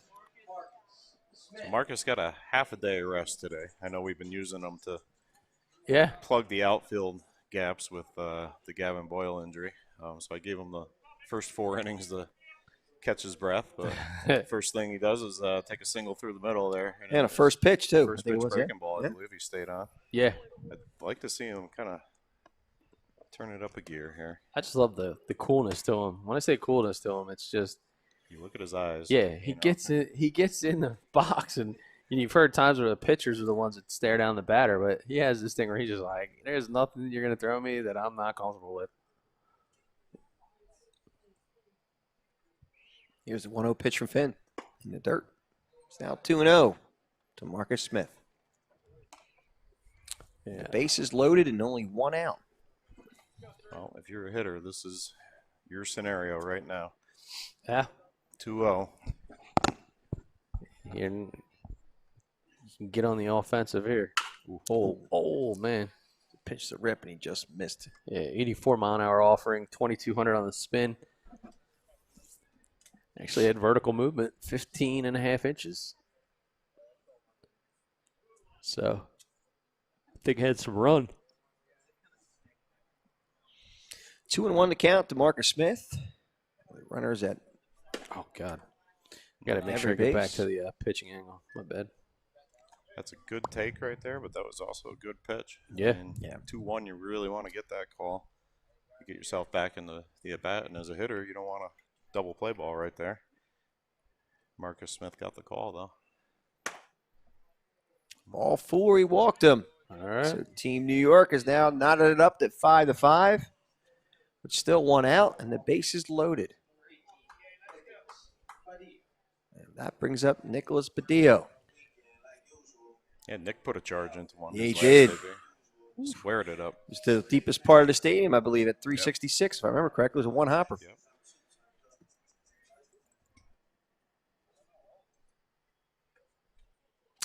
Badillo out of Lakeland High School, 6 foot 200 pounds, rising junior. Here's the pitch. Over for a strike call. So, Coach, you have any plans lined up yet for PBR New York for the fall? I mean, with all the chaos that's going on with school schedules and will there be football or will it or not? Yeah. Actually, me and Dan had that conversation this morning. I think I mentioned yesterday the New York high school athletic seasons can't do anything until September 21st right now, if If at all. at all, right? Wow. And, you know, it might be just a cross-country situation or, Yeah. you know, something that they can do, Right. which is opened up early September for these guys, which I'm sure they would be excited, about extending their summer. No question. Usually get great great weather in September. Yeah, we're probably Oh, dropped it down. Finn dropping it down. Just strike 3 swinging. Sorry about that, guys, but that was what happened?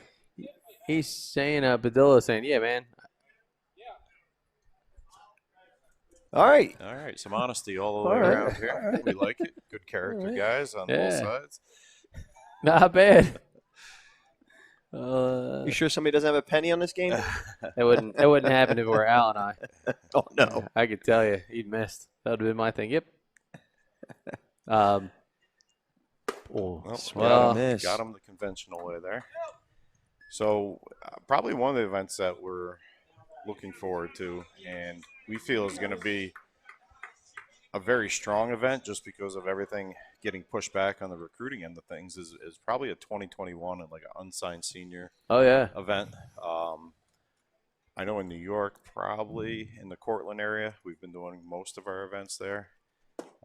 Great setup, back-to-back turf-lighted facilities. Similar to Du Bois, they are super accommodating. So Awesome. we'll probably be leaning that way. I'm not sure Pennsylvania. I mean, we very well could be back here in Du Bois and run the same type of event. I got to believe we'll try to get those in early September. Pop fly to the left side as a third baseman. Tough play there. Livingston makes the play. That's not an easy play. And that will end the inning. But Team New York puts a run on the board here in the top of the 7th. It's now tied 5-5, and we're going to stay right here, right? Yeah, absolutely. Just going to make sure we're updated here. So I kind of lock in on some guys. It's just me personally that does. And Padillo is a kid that I really like to see behind the dish. Anything you want to kind of add about him? Because, he had a laser earlier, but I've been watching him really. He had some tough work a couple days ago and really handled himself well. Well, I had a very interesting conversation with him this morning, and I asked him, are you breaking in a new glove? And he said yes. So Really? we discussed that maybe the timing of breaking in a new catcher's mitt in this event Yeah. maybe don't go hand in hand. He looks like a good kid, too. No, He really looks like a really he's good. He's been on our radar for several years. There was a player that just graduated from Lakeland High School, Joe Vitrano, who's going to Boston College, and probably in a conventional year would have been a draft pick. So we kind of were familiar with Lakeland, and they had a bunch of players. And then the Northeast Pride travel organization, we've seen Nick several times there. So what you're seeing today and in the last couple of days is what we've seen from him the last 2 years. I think there could be a little more work behind the plate, but the arm is there. He seems to be good in the dirt. He's put a lot of balls off the chest protector this week. That receiving gets tightened up a little bit, which might come the way of the glove breaking in. I think he'll be an adequate guy back there that's going to give you a little offensive punch too. So I know it's a little bit off the beaten track, but who's your biggest character on the bench, if you will, the best personality? Because I have my own opinion just by watching, but I'm curious of what you're going to tell me. I think we're on the same page here. I'm going to go with Christian Toledo. There you go. I watch it do a little, and he's not showy. No, he's more about lifting the spirits kind of thing, and I love that kind of stuff. I love it. I have a lot of experience with the New York City guys. I get to see them quite often, and I'm familiar with his travel group and a lot of players he knows I know, and the New York City kids are just a fun bunch. Yeah, they are. Everything's loose when they get in the box. They know the lights are on. There's a little bit of that Hollywood to them at times, but he's getting the Western New York boys loosened up a little bit, I think. Nice. Oh, that's a good thing. We also had the younger event here, the Junior Futures this week. We had a player also, a New York City kid, and he would probably be the biggest character of the week from any state, I would say. So you weren't shocked? He kept it loose. No, I was not shocked. So we have Michael Lombardi on the mound. Yes. This is his first inning work, right? Yes, he's going to get 2 here. All right. I believe this is Comes out of the gate. Quinn Moody. Quinn Moody. That's what I thought. 87 there for Michael. Yeah, 87 and spinning.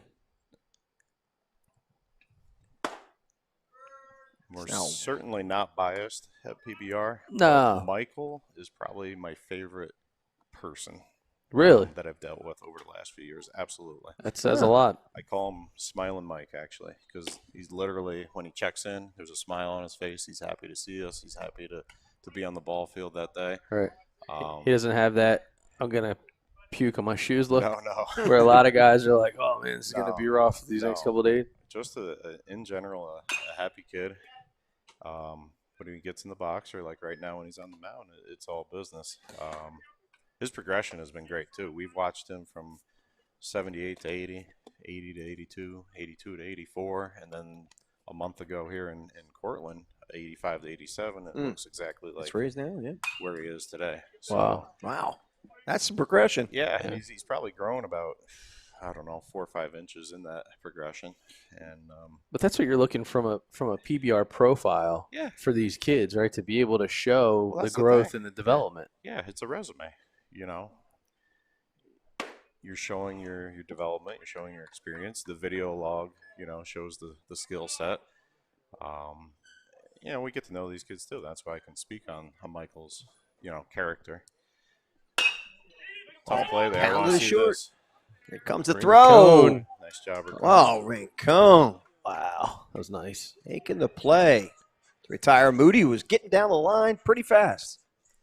So going back to Lombardi, but not Lombardi specifically, Coach, I've heard you talk to these guys, and some of them are on deck, and you're kind of evaluating or telling them about the situation. So like Lombardi today is batting in a 3-hole, Yep. but you tend to move guys around a little bit to give them a different experience, but also to be able to show these coaches that are watching what kind of hitter they might be in the lineup. I had a lighthearted joke with Mike because he had a couple backside singles yesterday, and I said, 3-hole today. You gotta look to get one up on the patio. So he's like, I got you, coach. So he's a yes sir guy.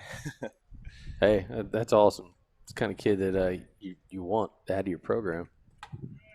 Good block there. So is that something that you like to do, kind of if you can, or do you kind of just I try kind of to think from your Yeah. experience being a college coach, you're just saying, if I see this kid, you're not going to put for example, like a Lobello is never going to be in a 4-hole.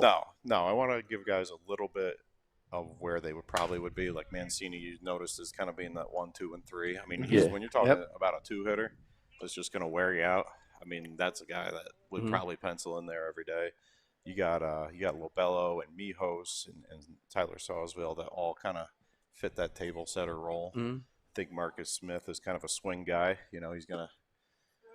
He's gonna run. He's gonna put the ball in play, and he's got some developing power. And then you got some of the boppers like Hopko and O'Shaughnessy, Boyle, who's injured, Badillo. So, yeah, I try to slot them kind of where they would be on a normal routine. Mhm. Good pitch there. I missed somewhere. Well, it was 87 miles an hour, and Somewhere off the edge. it was moving.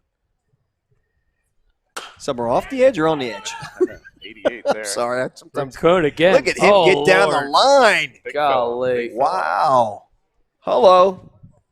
Justin Holmes moving down the line. He's a big boy. That is 90 feet, isn't it? Yeah. I was just making sure. I thought 6'3". maybe we were playing on a 60-foot field. Yeah, 6'3", 200 pounds. Jeez, There's a part of this Pennsylvania lineup where you think they just got off the Penn State football bus. I mean, there are some guys that, Yeah, it's a freight train. if they're traveling together and they walk into the Golden Corral, That's a loss. you're going to be in the red at that night.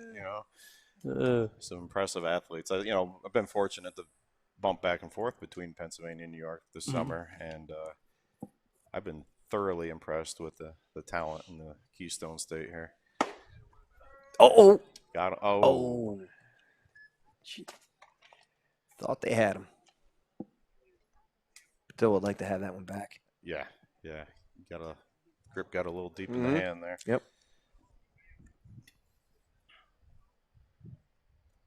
88 for that last pitch as well. yeah, no. I'm saying he's moving, but he's been really consistent Ooh, good spot there. from that tilt position.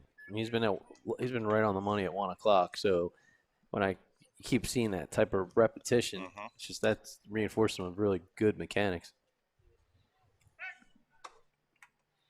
Yeah, one of the beauties of TrackMan, when these players log into their portal, they can see their release point plot. So I saw something on Twitter this morning about Jacob deGrom's outing last night, Mhm. and they showed where all of his pitches were coming out of his hand. Didn't and it was barely just, move. It was just a blob. Like, Really? there wasn't any plots. Wow. Like that a moved. machine. Yeah, nothing was outside of that. And a lot of times these kids will see, well, my fastball, I get higher up, or I bring my arm up for the the over the top breaking ball, but my fastball is out a little bit, and it'll give you that breakdown. Maybe it's a 1/4 inch, maybe it's 3/4 of an inch. So if you're teaching kids how to tunnel their pitches, Swing and a miss. There goes the runner. Holmes will get into second base. if they're working on hiding that release or being consistent, you want your changeup tunneled with your fastball, you want your breaking ball coming out of that same window, they're going to look at that and go, oh man, I didn't know I was raising my hand position a little bit. So the feedback on this is unbelievable. As Kessler strikes out. So with Holmes at second base, that brings up Sean Finn. It is kind of crazy how different just the whole recruiting process is. I think we touched on it a little bit yesterday, but going back to the data points, it's sometimes I think from a scouting standpoint, you look at it and it's just like, well, can it really be that good, or did I really see it the right way?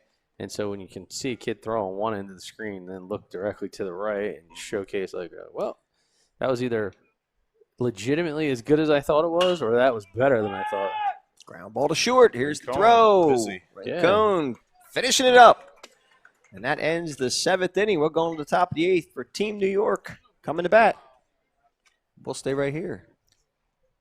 Yeah, just to expand on the TrackMan stuff, when we first learned how to operate the B1 unit, which is the portable unit, the first of its kind, one of the things I noticed right away is, tilt on the breaking ball, and if a kid was getting on the side or slightly underneath, I had a player come down, and this is all, we call them speakeasy sessions during the quarantine. We kind of got one player at a time. Right. Found a field that we were allowed to be on, and Teddy McGraw had a Oneonta in New York. He'll be a freshman at Wake Forest this year. He was coming off Tommy John surgery. He actually attended the Future Games 2 years ago in Indiana.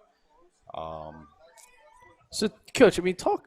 Some people, the average person specifically, I know a lot of the coaches now, but like when you see these data points, and I guess what I'll do is I'll bring them up on the screen here. So what is it that you're looking at? So obviously pitch speed, pretty self-explanatory. Some people might be familiar with spin, but spin, the higher spin, I believe the major league averages, and I could be off a little bit here, is kind of in that 2,300 on the fastball. Yeah. When you get above that, you're talking like Verlander type, 25, 26 type spin. The breaking ball generally is going to ride a little bit higher. The better breaking balls. I believe I saw a kid out of Georgia at the Future Games in Lake Point. He was 6'6", I don't know what he was, 230, and he was spinning his slider at 2,700 with a 90 to 93 mile an hour fastball. What? So, 2022. So when you see that kind of spin, that starts falling into a category that would be elite. And actually, the player I was just mentioning, Teddy McGraw, his pitch is the slider. First session where he had been really on a gun after Tommy John, and he sat 94, 95. What? And he started throwing his sliders. He was actually following a throwing program, and his first couple sliders were 2,500, 2,600, which the spin was good, but the tilt was like, and I believe it was like 830. So what you would maybe classify as slightly under the ball, right? Getting that rotation in that direction. And I think once he got to like 915, we looked at it on the TrackMan. I said, just try to get your finger position up over the ball a little longer. 3 sliders in a row, 2,900 spin, and the tilt was not that 830, but then it was that 915.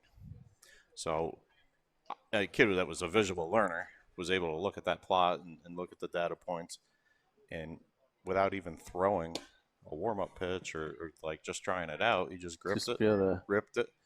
And I mean, I haven't seen a 2,900 slider since. That was our first guy that we had throw on. That's sick. So yeah, I mean, I think these guys are walking into the college campus where they have this data for every one of their bullpens is amazing. Yeah. The way you're able to teach how to make adjustments now is unreal. So then Coach, the vertical and the horizontal, so that represents movement, especially up and down and left to right. Yeah, no, I believe the horizontal is what it is. Obviously, you're when it shows up on the screen as a negative number, that would be for a right-handed breaking ball or a left-handed, like a two-seam fastball, Right. because it's running In the on the hitter? opposite. Yeah, kind of running the right to left direction.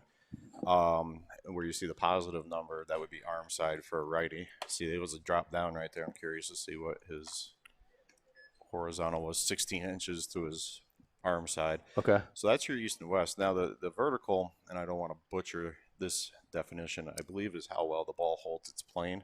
Okay. And I have to personally do a little more research on that Yeah. because we've been learning a lot. Well, that's the thing. Like, You even I look at it too, and even for myself, like I would say, hey, I'm pretty knowledgeable from the data point standpoint and the technology. But even with the TrackMan for me, as we're sitting here talking I should say to or about a lot of the kids, it's nice to be able to make people understand. Because candidly, I mean, this event. Oh, Good piece there. laser! There goes show this Mancini guy. again. Well, There's that Mancini kid again. Just hit replay when he comes that bad. Yeah, I Don't mean- even turn the camera on. You just Come on. Yeah, so that's the thing.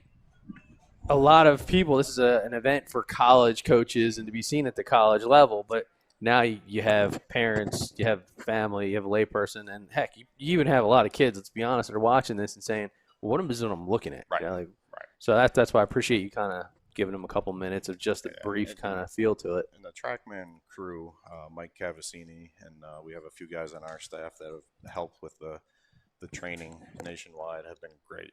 I mean, Yeah. the same with Blast. JT is our guy out in California in the Blast Motion stuff.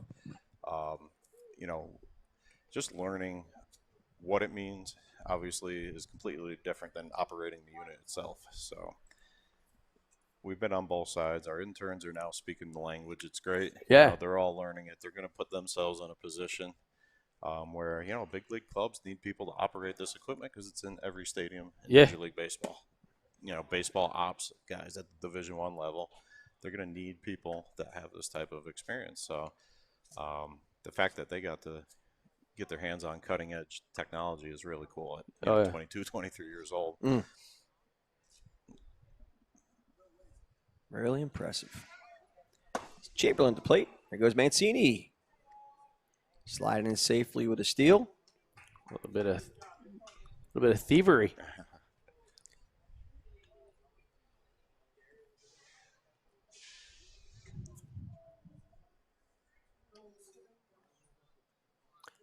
Count is 2-0 to Aiden Chamberlain.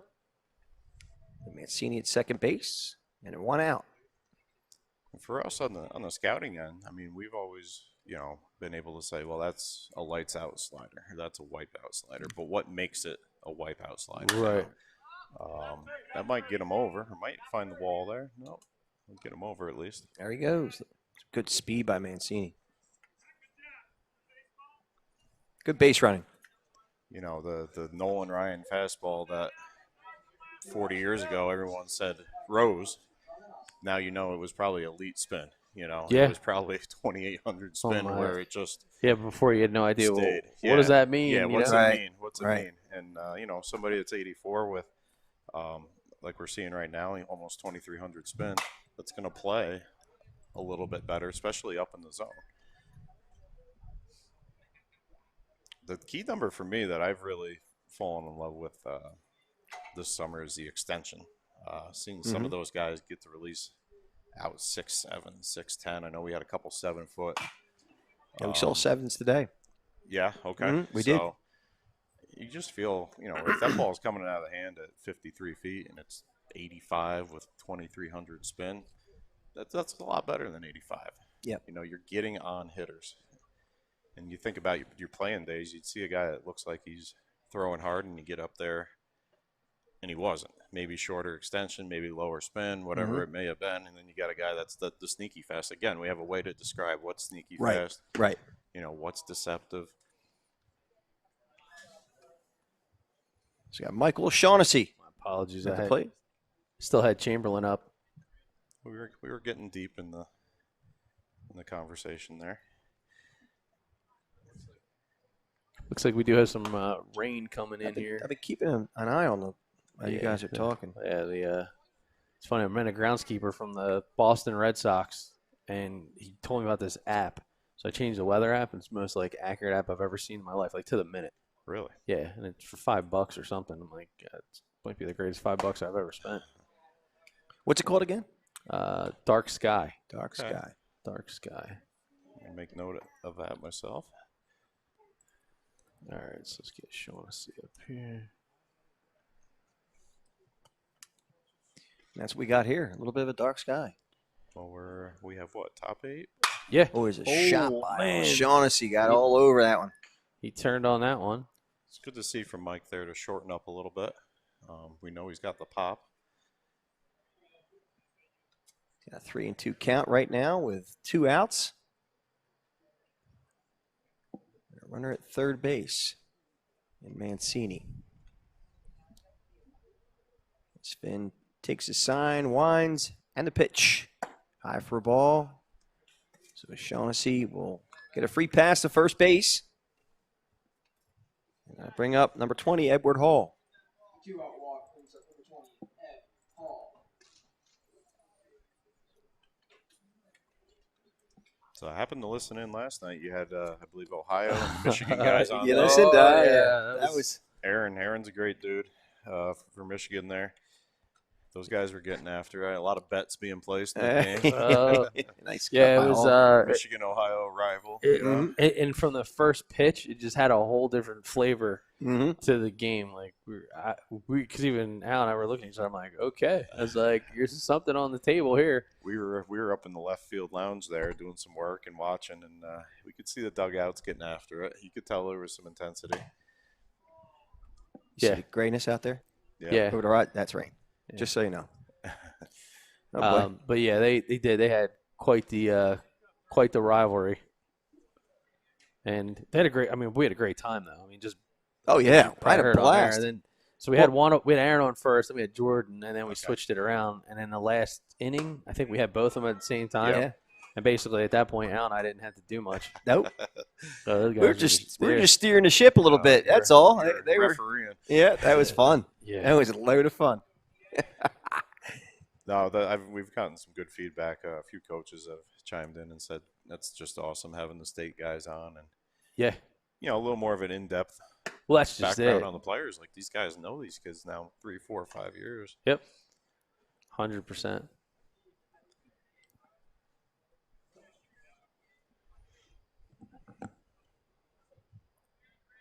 Count now 2-2 to Hall with 2 out and runners at the corners. Here's the 2-2 pitch.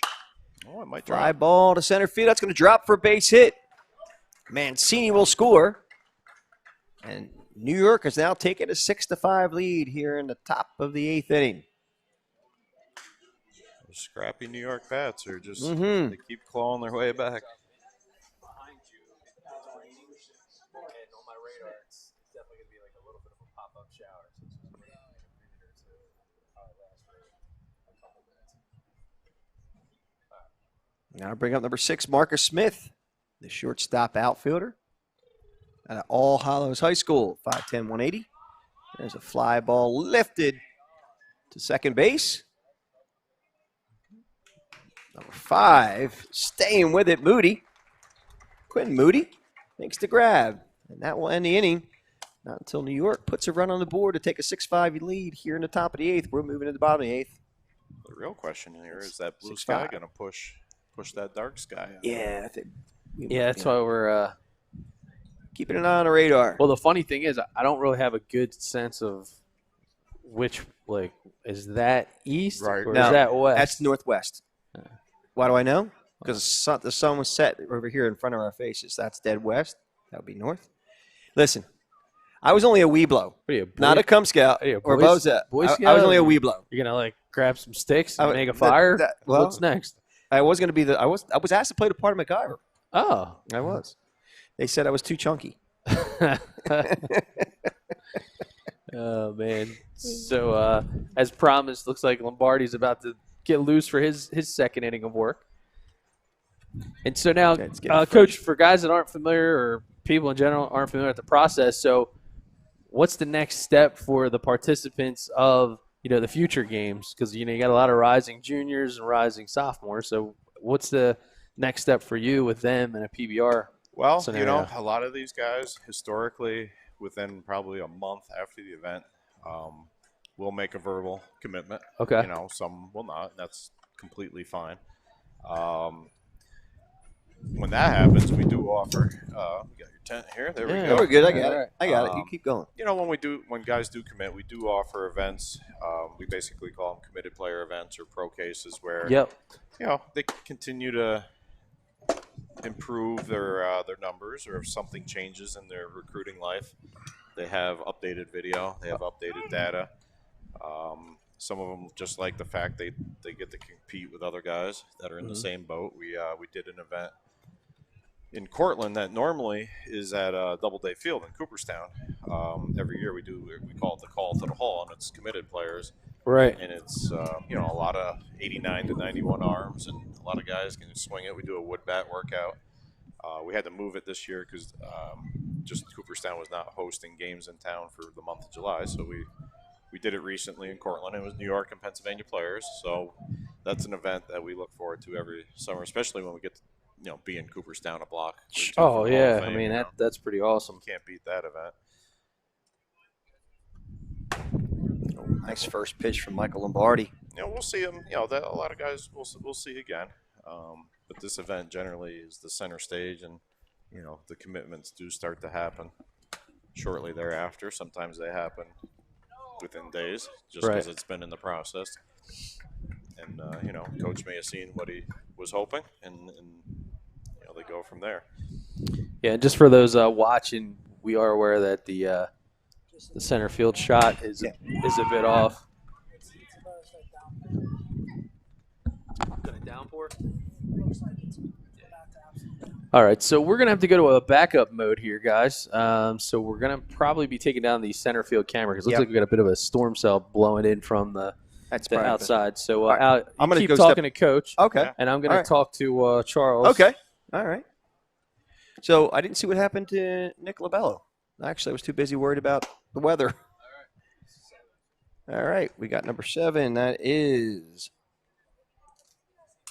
That's 7 for Pennsylvania. Should know who this is because I've seen him enough. Elijah Dunn.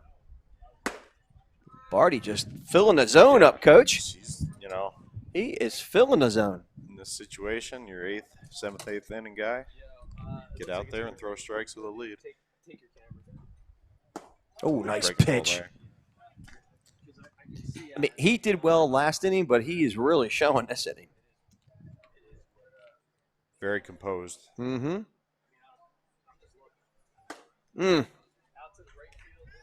Quick 2 outs here for Lombardi. He's still maintaining that velo too. Yeah. That was 88 with pretty good spin right there. There's more in the tank. Like I mentioned, his progression the last year and a half is continuing to just impress us. I don't think he's done either. I believe this is Nick Rubendahl. So we're not going to have any graphics up right now because our executive producer and my partner and managing partner, BFA, brother from another, Doug Stasic, taking care of some things with the weather starting to change here. Yeah, I don't know. I'm seeing more and more blue though. I know. It's a little bit I think it's getting behind us. That's my uneducated opinion. well, sometimes it's even better to just see with your eyes what's going on as opposed to kind of relying on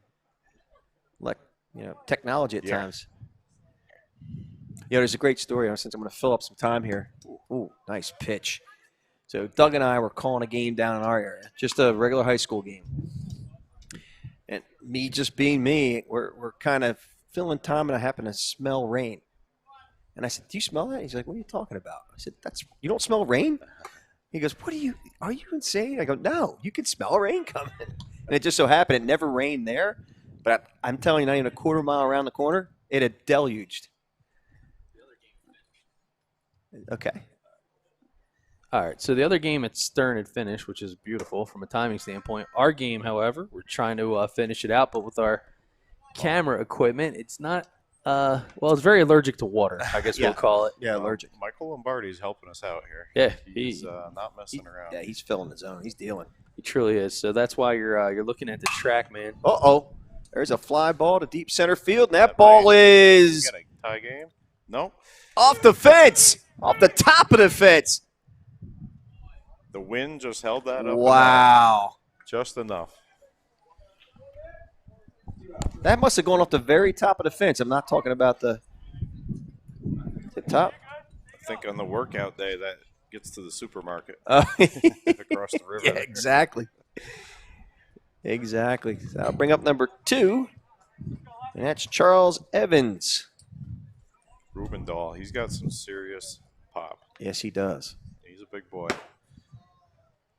Yeah, I've seen it quite a bit. Good lower half, too. I mean, the kids get –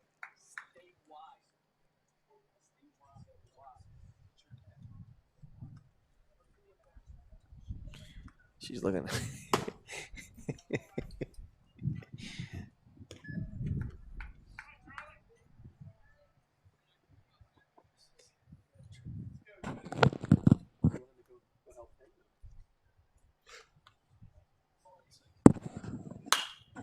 pop up, foul, and out of play.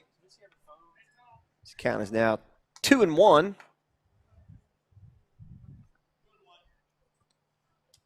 Charles Evans. So folks, we have decided to, due to the weather conditions, potential breakdown of weather conditions, we're taking down our center field camera.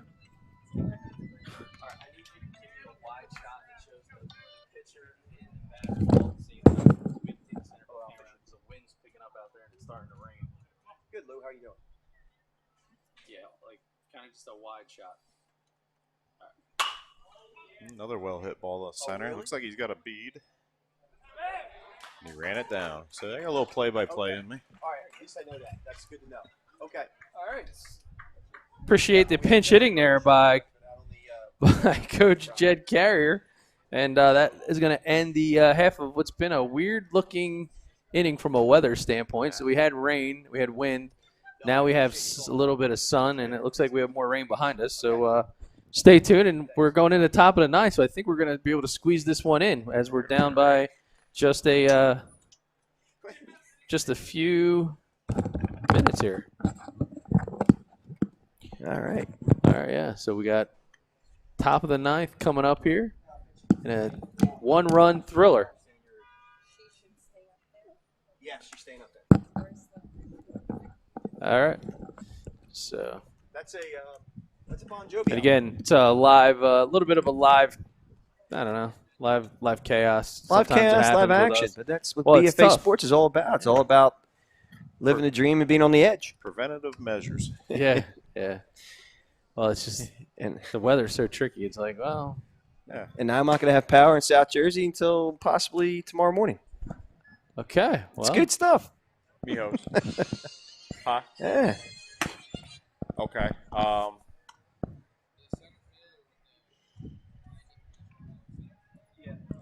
So New York with a 6-5 Aiden. lead going into the top of the ninth inning. Toledo. And number 1 on the mound is actually pitch? Brandon Coughlin. Brandon Coughlin Let's now do it. taking the bump for Team Pennsylvania as we go into the last frame in this ball game, which has been an entertaining one at that in many different ways. Yeah, we're gonna probably shuffle the deck a little bit in our last inning here. We had lost a couple innings yesterday, and Right. I think we might have a surprise. okay. All right, we like surprises. Just talking with Joe here, our bench coach, and might have a interesting scenario to be determined. All right. So we have Brandon Coughlin on the mound for Team Pennsylvania. He's an outfielder, right-handed pitcher at Hempfield Area High School, 5'9", 165. Yeah, so I'm just checking up on our stream, and so there's a comment that popped up in the chat from Super Parada 16. Yesterday, Toledo fly out to Mexico. I think if he gets one today, he's going to send it to California. You remember that one? Yeah, I do. All right. So At track. least they're watching. They're committed commentators. That's good. I believe that was one of my dad jokes, as my daughter would refer to. Yeah. All right. So Coughlin on the mound, and he's gonna face number 18. Yeah. So that's Badillo, or Badillo, I should say. Badillo, who's got a 3-0 count right now. Yeah, and again, my Strike called. Is tries now to take the 3-1. first step there. So our apologies as the weather was playing tricks on us. Beautiful right now. Yeah, How about that? it is. It's pretty wild how this all popped out. Count now 3-2 to Badillo. No out here in the top of the 9th inning. And New York holding a 6-5 lead. Badillo works a walk. And he'll be a leadoff base runner. And we'll bring up number 3, Dean Mios.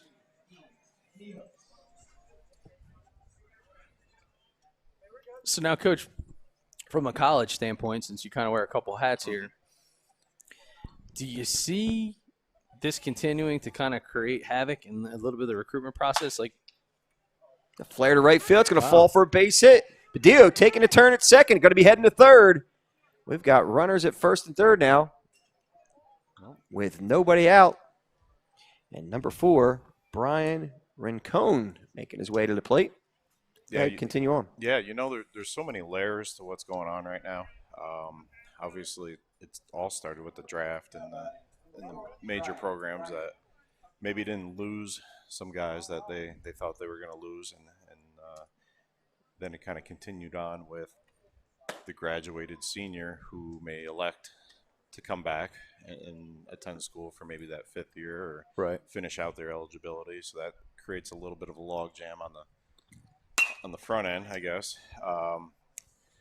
And then you have your incoming freshman class, which, maybe you're bringing in, maybe you thought you were going to lose 8-10 guys and maybe 6 or 8 of them return, and now you're bringing in 10 or 12 guys. That's going to create a log jam as well. I honestly feel it might take 2 or 3 years to kind of sort that out. Some players will transfer as they look around and see that it might be not the best fit for them. And we got a line drive there. Base hit the left field. So Rincon knocking 2 runs in as Team New York now takes an 8-5 lead here in the top of the 9th. So you got plenty of factors. I think the junior college baseball scene, where I've been the last 11 years, is going to reap the benefits. Yeah. I think you're going to get a lot of kickbacks and guys looking to kind of restart that process. Well, that's the thing that I'm looking at. Some of the committed guys are, It's then there's nothing really set yet, as we enter the fall semester here. So developing situation, as they say. These kids are all doing the right thing. They're at least getting themselves out on that platform and getting the data and getting the video. And I think you're going to see a lot later decisions, because I think people are going to wait, see maybe how the spring plays out, especially with these underclassmen. right. I think you're going to see a lot of talented 2021 grads going into the winter and probably right into their spring season with maybe not a decision yet Sure. to what it was maybe 15 years ago. Yeah. Where kids would commit in April or Yeah. May.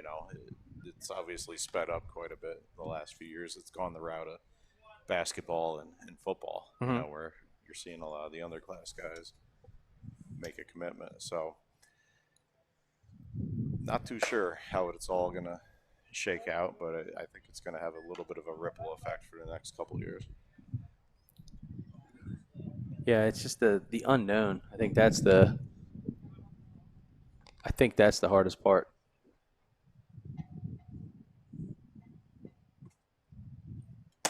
Whew. Rare chase by Michael. Great job there.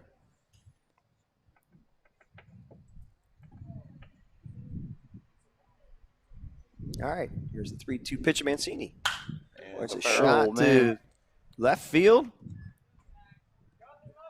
So we've seen a single to center on a line drive to right, and then a line out to left. Field going up there. If you're writing your scouting report on Michael, that's Using it all fields. Yep, line to line. All right, I bring up number 23, Aiden Chamberlain.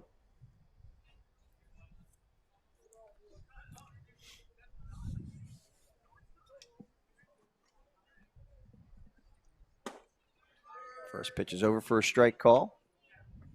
New York has an 8-5 lead after he picked up 2 runs here in the top of the 9th with 1 out. And Rincon at second base.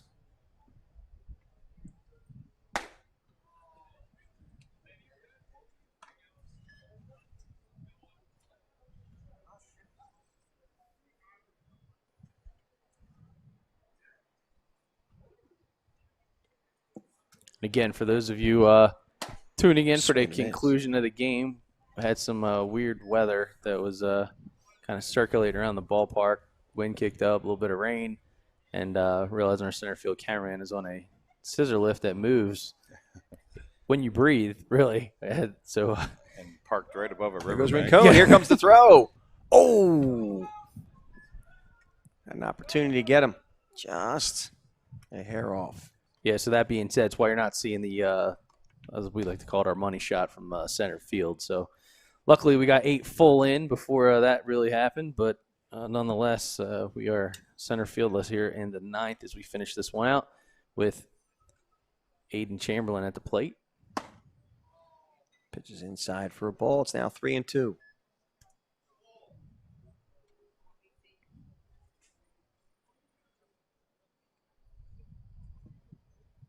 And the 3-2 pitch. Swing and a miss. He struck him out. Good spot Snuck there. one by Chamberlain. And I bring up Michael O'Shaughnessy. He's still struggling up Yeah, there with yeah. O'Shaughnessy. We get the morning shift.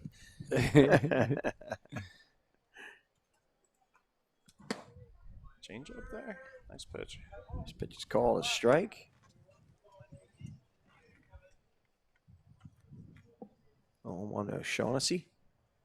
Here's the 0-1 pitch. Break the ball. Pounded to the hole. Oh, nice play nice by the play. second baseman who flips over and makes the out.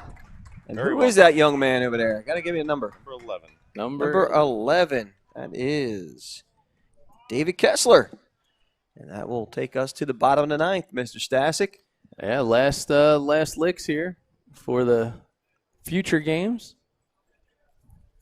And it looks like, I guess this is the wrinkle that Coach Jed was talking about. One of the wrinkles I was proposed, but things may have changed. So Dean Mijos is going to be the new pitcher for Team New York. At Owen J. Roberts. Yeah, so Dean was not slotted. We saw him pitch a few weeks ago in a tournament. Obviously, if you've been watching the last couple days, he's a tremendous athlete. So I think he's just going to hop on the mound and give us an inning here to finish up. All right.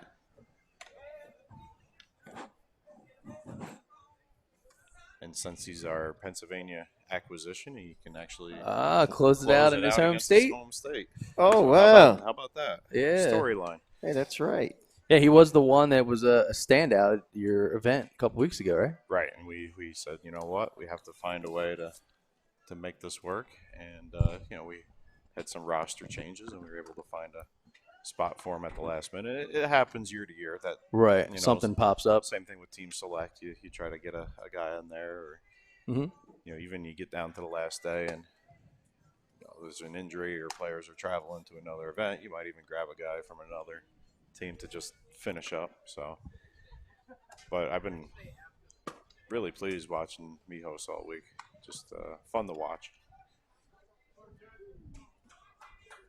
The lost art of defense, in today's modern game of Yeah, now everybody wants three-run to. homer and high velocity. Yeah, so many guys spending time in the cage, and then you're curious about, well, what do they do to work on their Right. defense? Having a guy up the middle that's going to save you a few runs or turn that big double play late in the game. Well, that's why I appreciate a play like Kessler's. Absolutely. 2 outs there. That Yeah. would have saved the run, Big I play. believe. Yeah.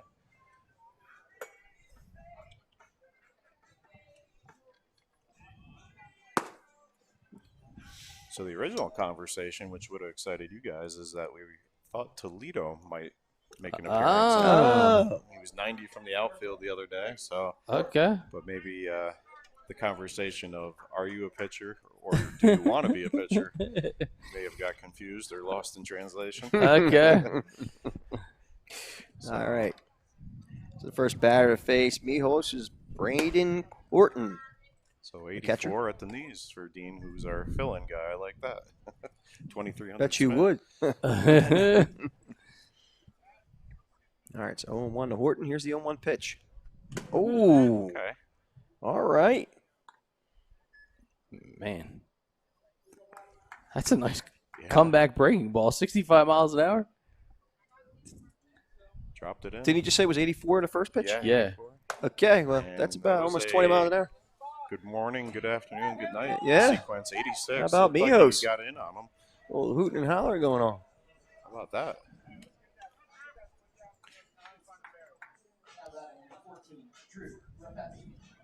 Drew Pepe steps to the plate with one out here in the bottom of the ninth. Ooh, and that He one over hits him. the ball extremely hard. Yes, he does. He's like, all right, I know what to do with that breaking pitch. I know he got a few out of here during his workout at the Pennsylvania State games. He was on my field, and I don't know if I've seen anybody swing harder and hit the ball harder this whole summer. Routinely, he was 101, 102 in BP, and you're talking somebody in BP throwing 48, 50 miles an hour. you know? Yeah. Not only that, but you should have seen. I don't know if you were here for. Did they play? They didn't play. Obviously, this is the first time they played. Yeah. The glove work at third base. Yes. He Oh, made some man. serious Oh, yes. plays yesterday. I did see it. Oh my! I think he went like sliding backhand down the line. I believe. Yeah. Was that I was he- like, he go went- ahead, Mr. Repepe. Yeah. He was holding it down. he will not get cheated. All right, so it's now 2-0 to Ruben Livingston.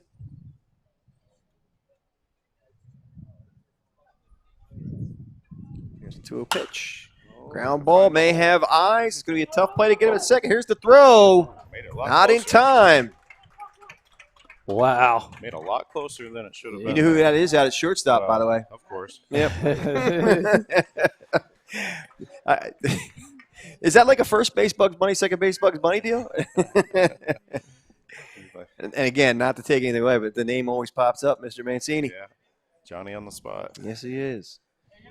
All right, bring up number 25, Matthew Williams. First pitch is low and outside to him. So this is the heart of the Pennsylvania lineup. Mhm. So Dean's got his work cut out for him. There's some big, strong bats coming up. Good one. And Now again, 1-1. we're in the bottom of the ninth. Just letting everybody know if you're just tuning in. Our center field camera has been taken down. It was a little bit of a precautionary measure at the end of the eighth because of some weather that was circulating in the area and got pretty windy on the scissor lift. Oh, Uh-oh. speaking of windy on the scissor lift. Well, it hung up there, so Yeah. thought that was driven to deep center field, but just off the end of the bat, I would think. Just off the end. Wow. That was Matthew Williams with that line out.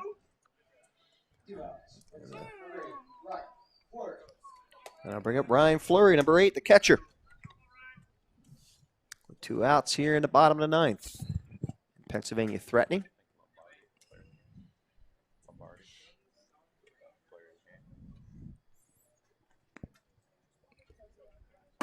First pitch is over for a strike call. 63-mile-an-hour breaking ball.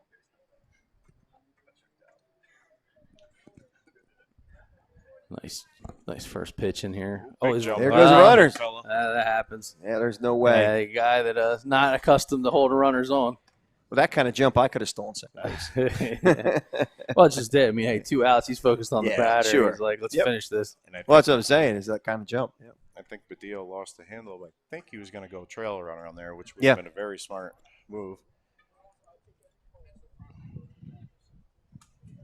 2 strikes, 2 outs. There's the 0-2 pitch. Good spot. 87. Who's yelling 3 back here? 80, Yeah, rounded down. yeah, hey, 86 for 2400 spin. This is phenomenal as far as, guy getting put in this kind of position. Yeah. Sure. Why not? I'll go out there. don't recall what we saw him at the tournament the other day. I thought maybe more in the 83, 85 range. So he's, after a full workout and 3 9-inning games, pretty impressive. Mm-hmm. Yeah, I would say so.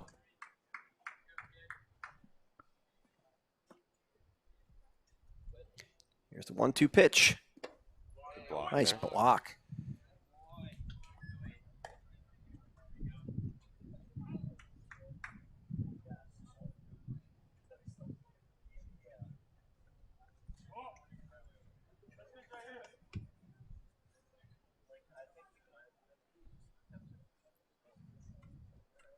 Oh, good breaking Now ball. the foul. Oh, well. Got through everybody. Well, when you got You're the a sliding mitt on the one hand, you can't catch it with that. And I don't know how many coaches want you to try to catch a ball barehanded with your throwing hand. No, Greg thought better at the last second there. All right, got deuces across the board. The pitch. All right. Now 3-2. 86 miles an hour. Drama mounting here. Yeah, 2386. Wow. It's just crazy.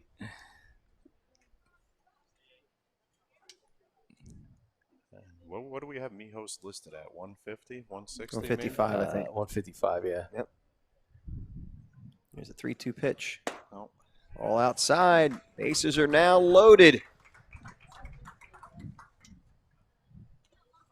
And That'll bring up Quinn Moody. Quinn Moody has done some of his Some own duty? damage. Yeah, he's All right.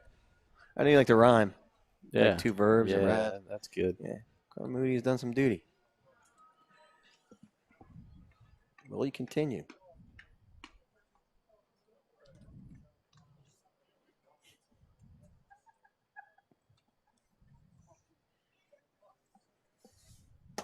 Ooh, look like a cross up there, a change up maybe. Yeah, definitely a change up. And Oh, Badillo here, might good have thought Badillo. breaking ball. All right. I think I Yeah. told you. Yeah, well. And that was it. Okay. All right. All right. I got you. Yeah, he lassoed that one in for a strike. He got the call. He did. Guys not working with each other, obviously. Sure. Maybe 1 or 2 teammates throughout. It's going to happen.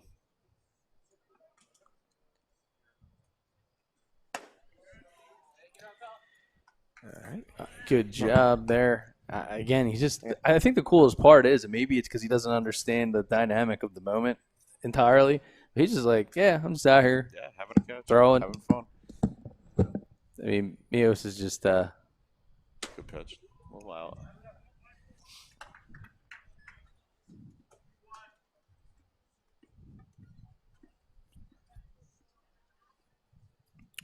Yeah, Quinn Moody, he's actually had himself a nice couple days too on the offensive side.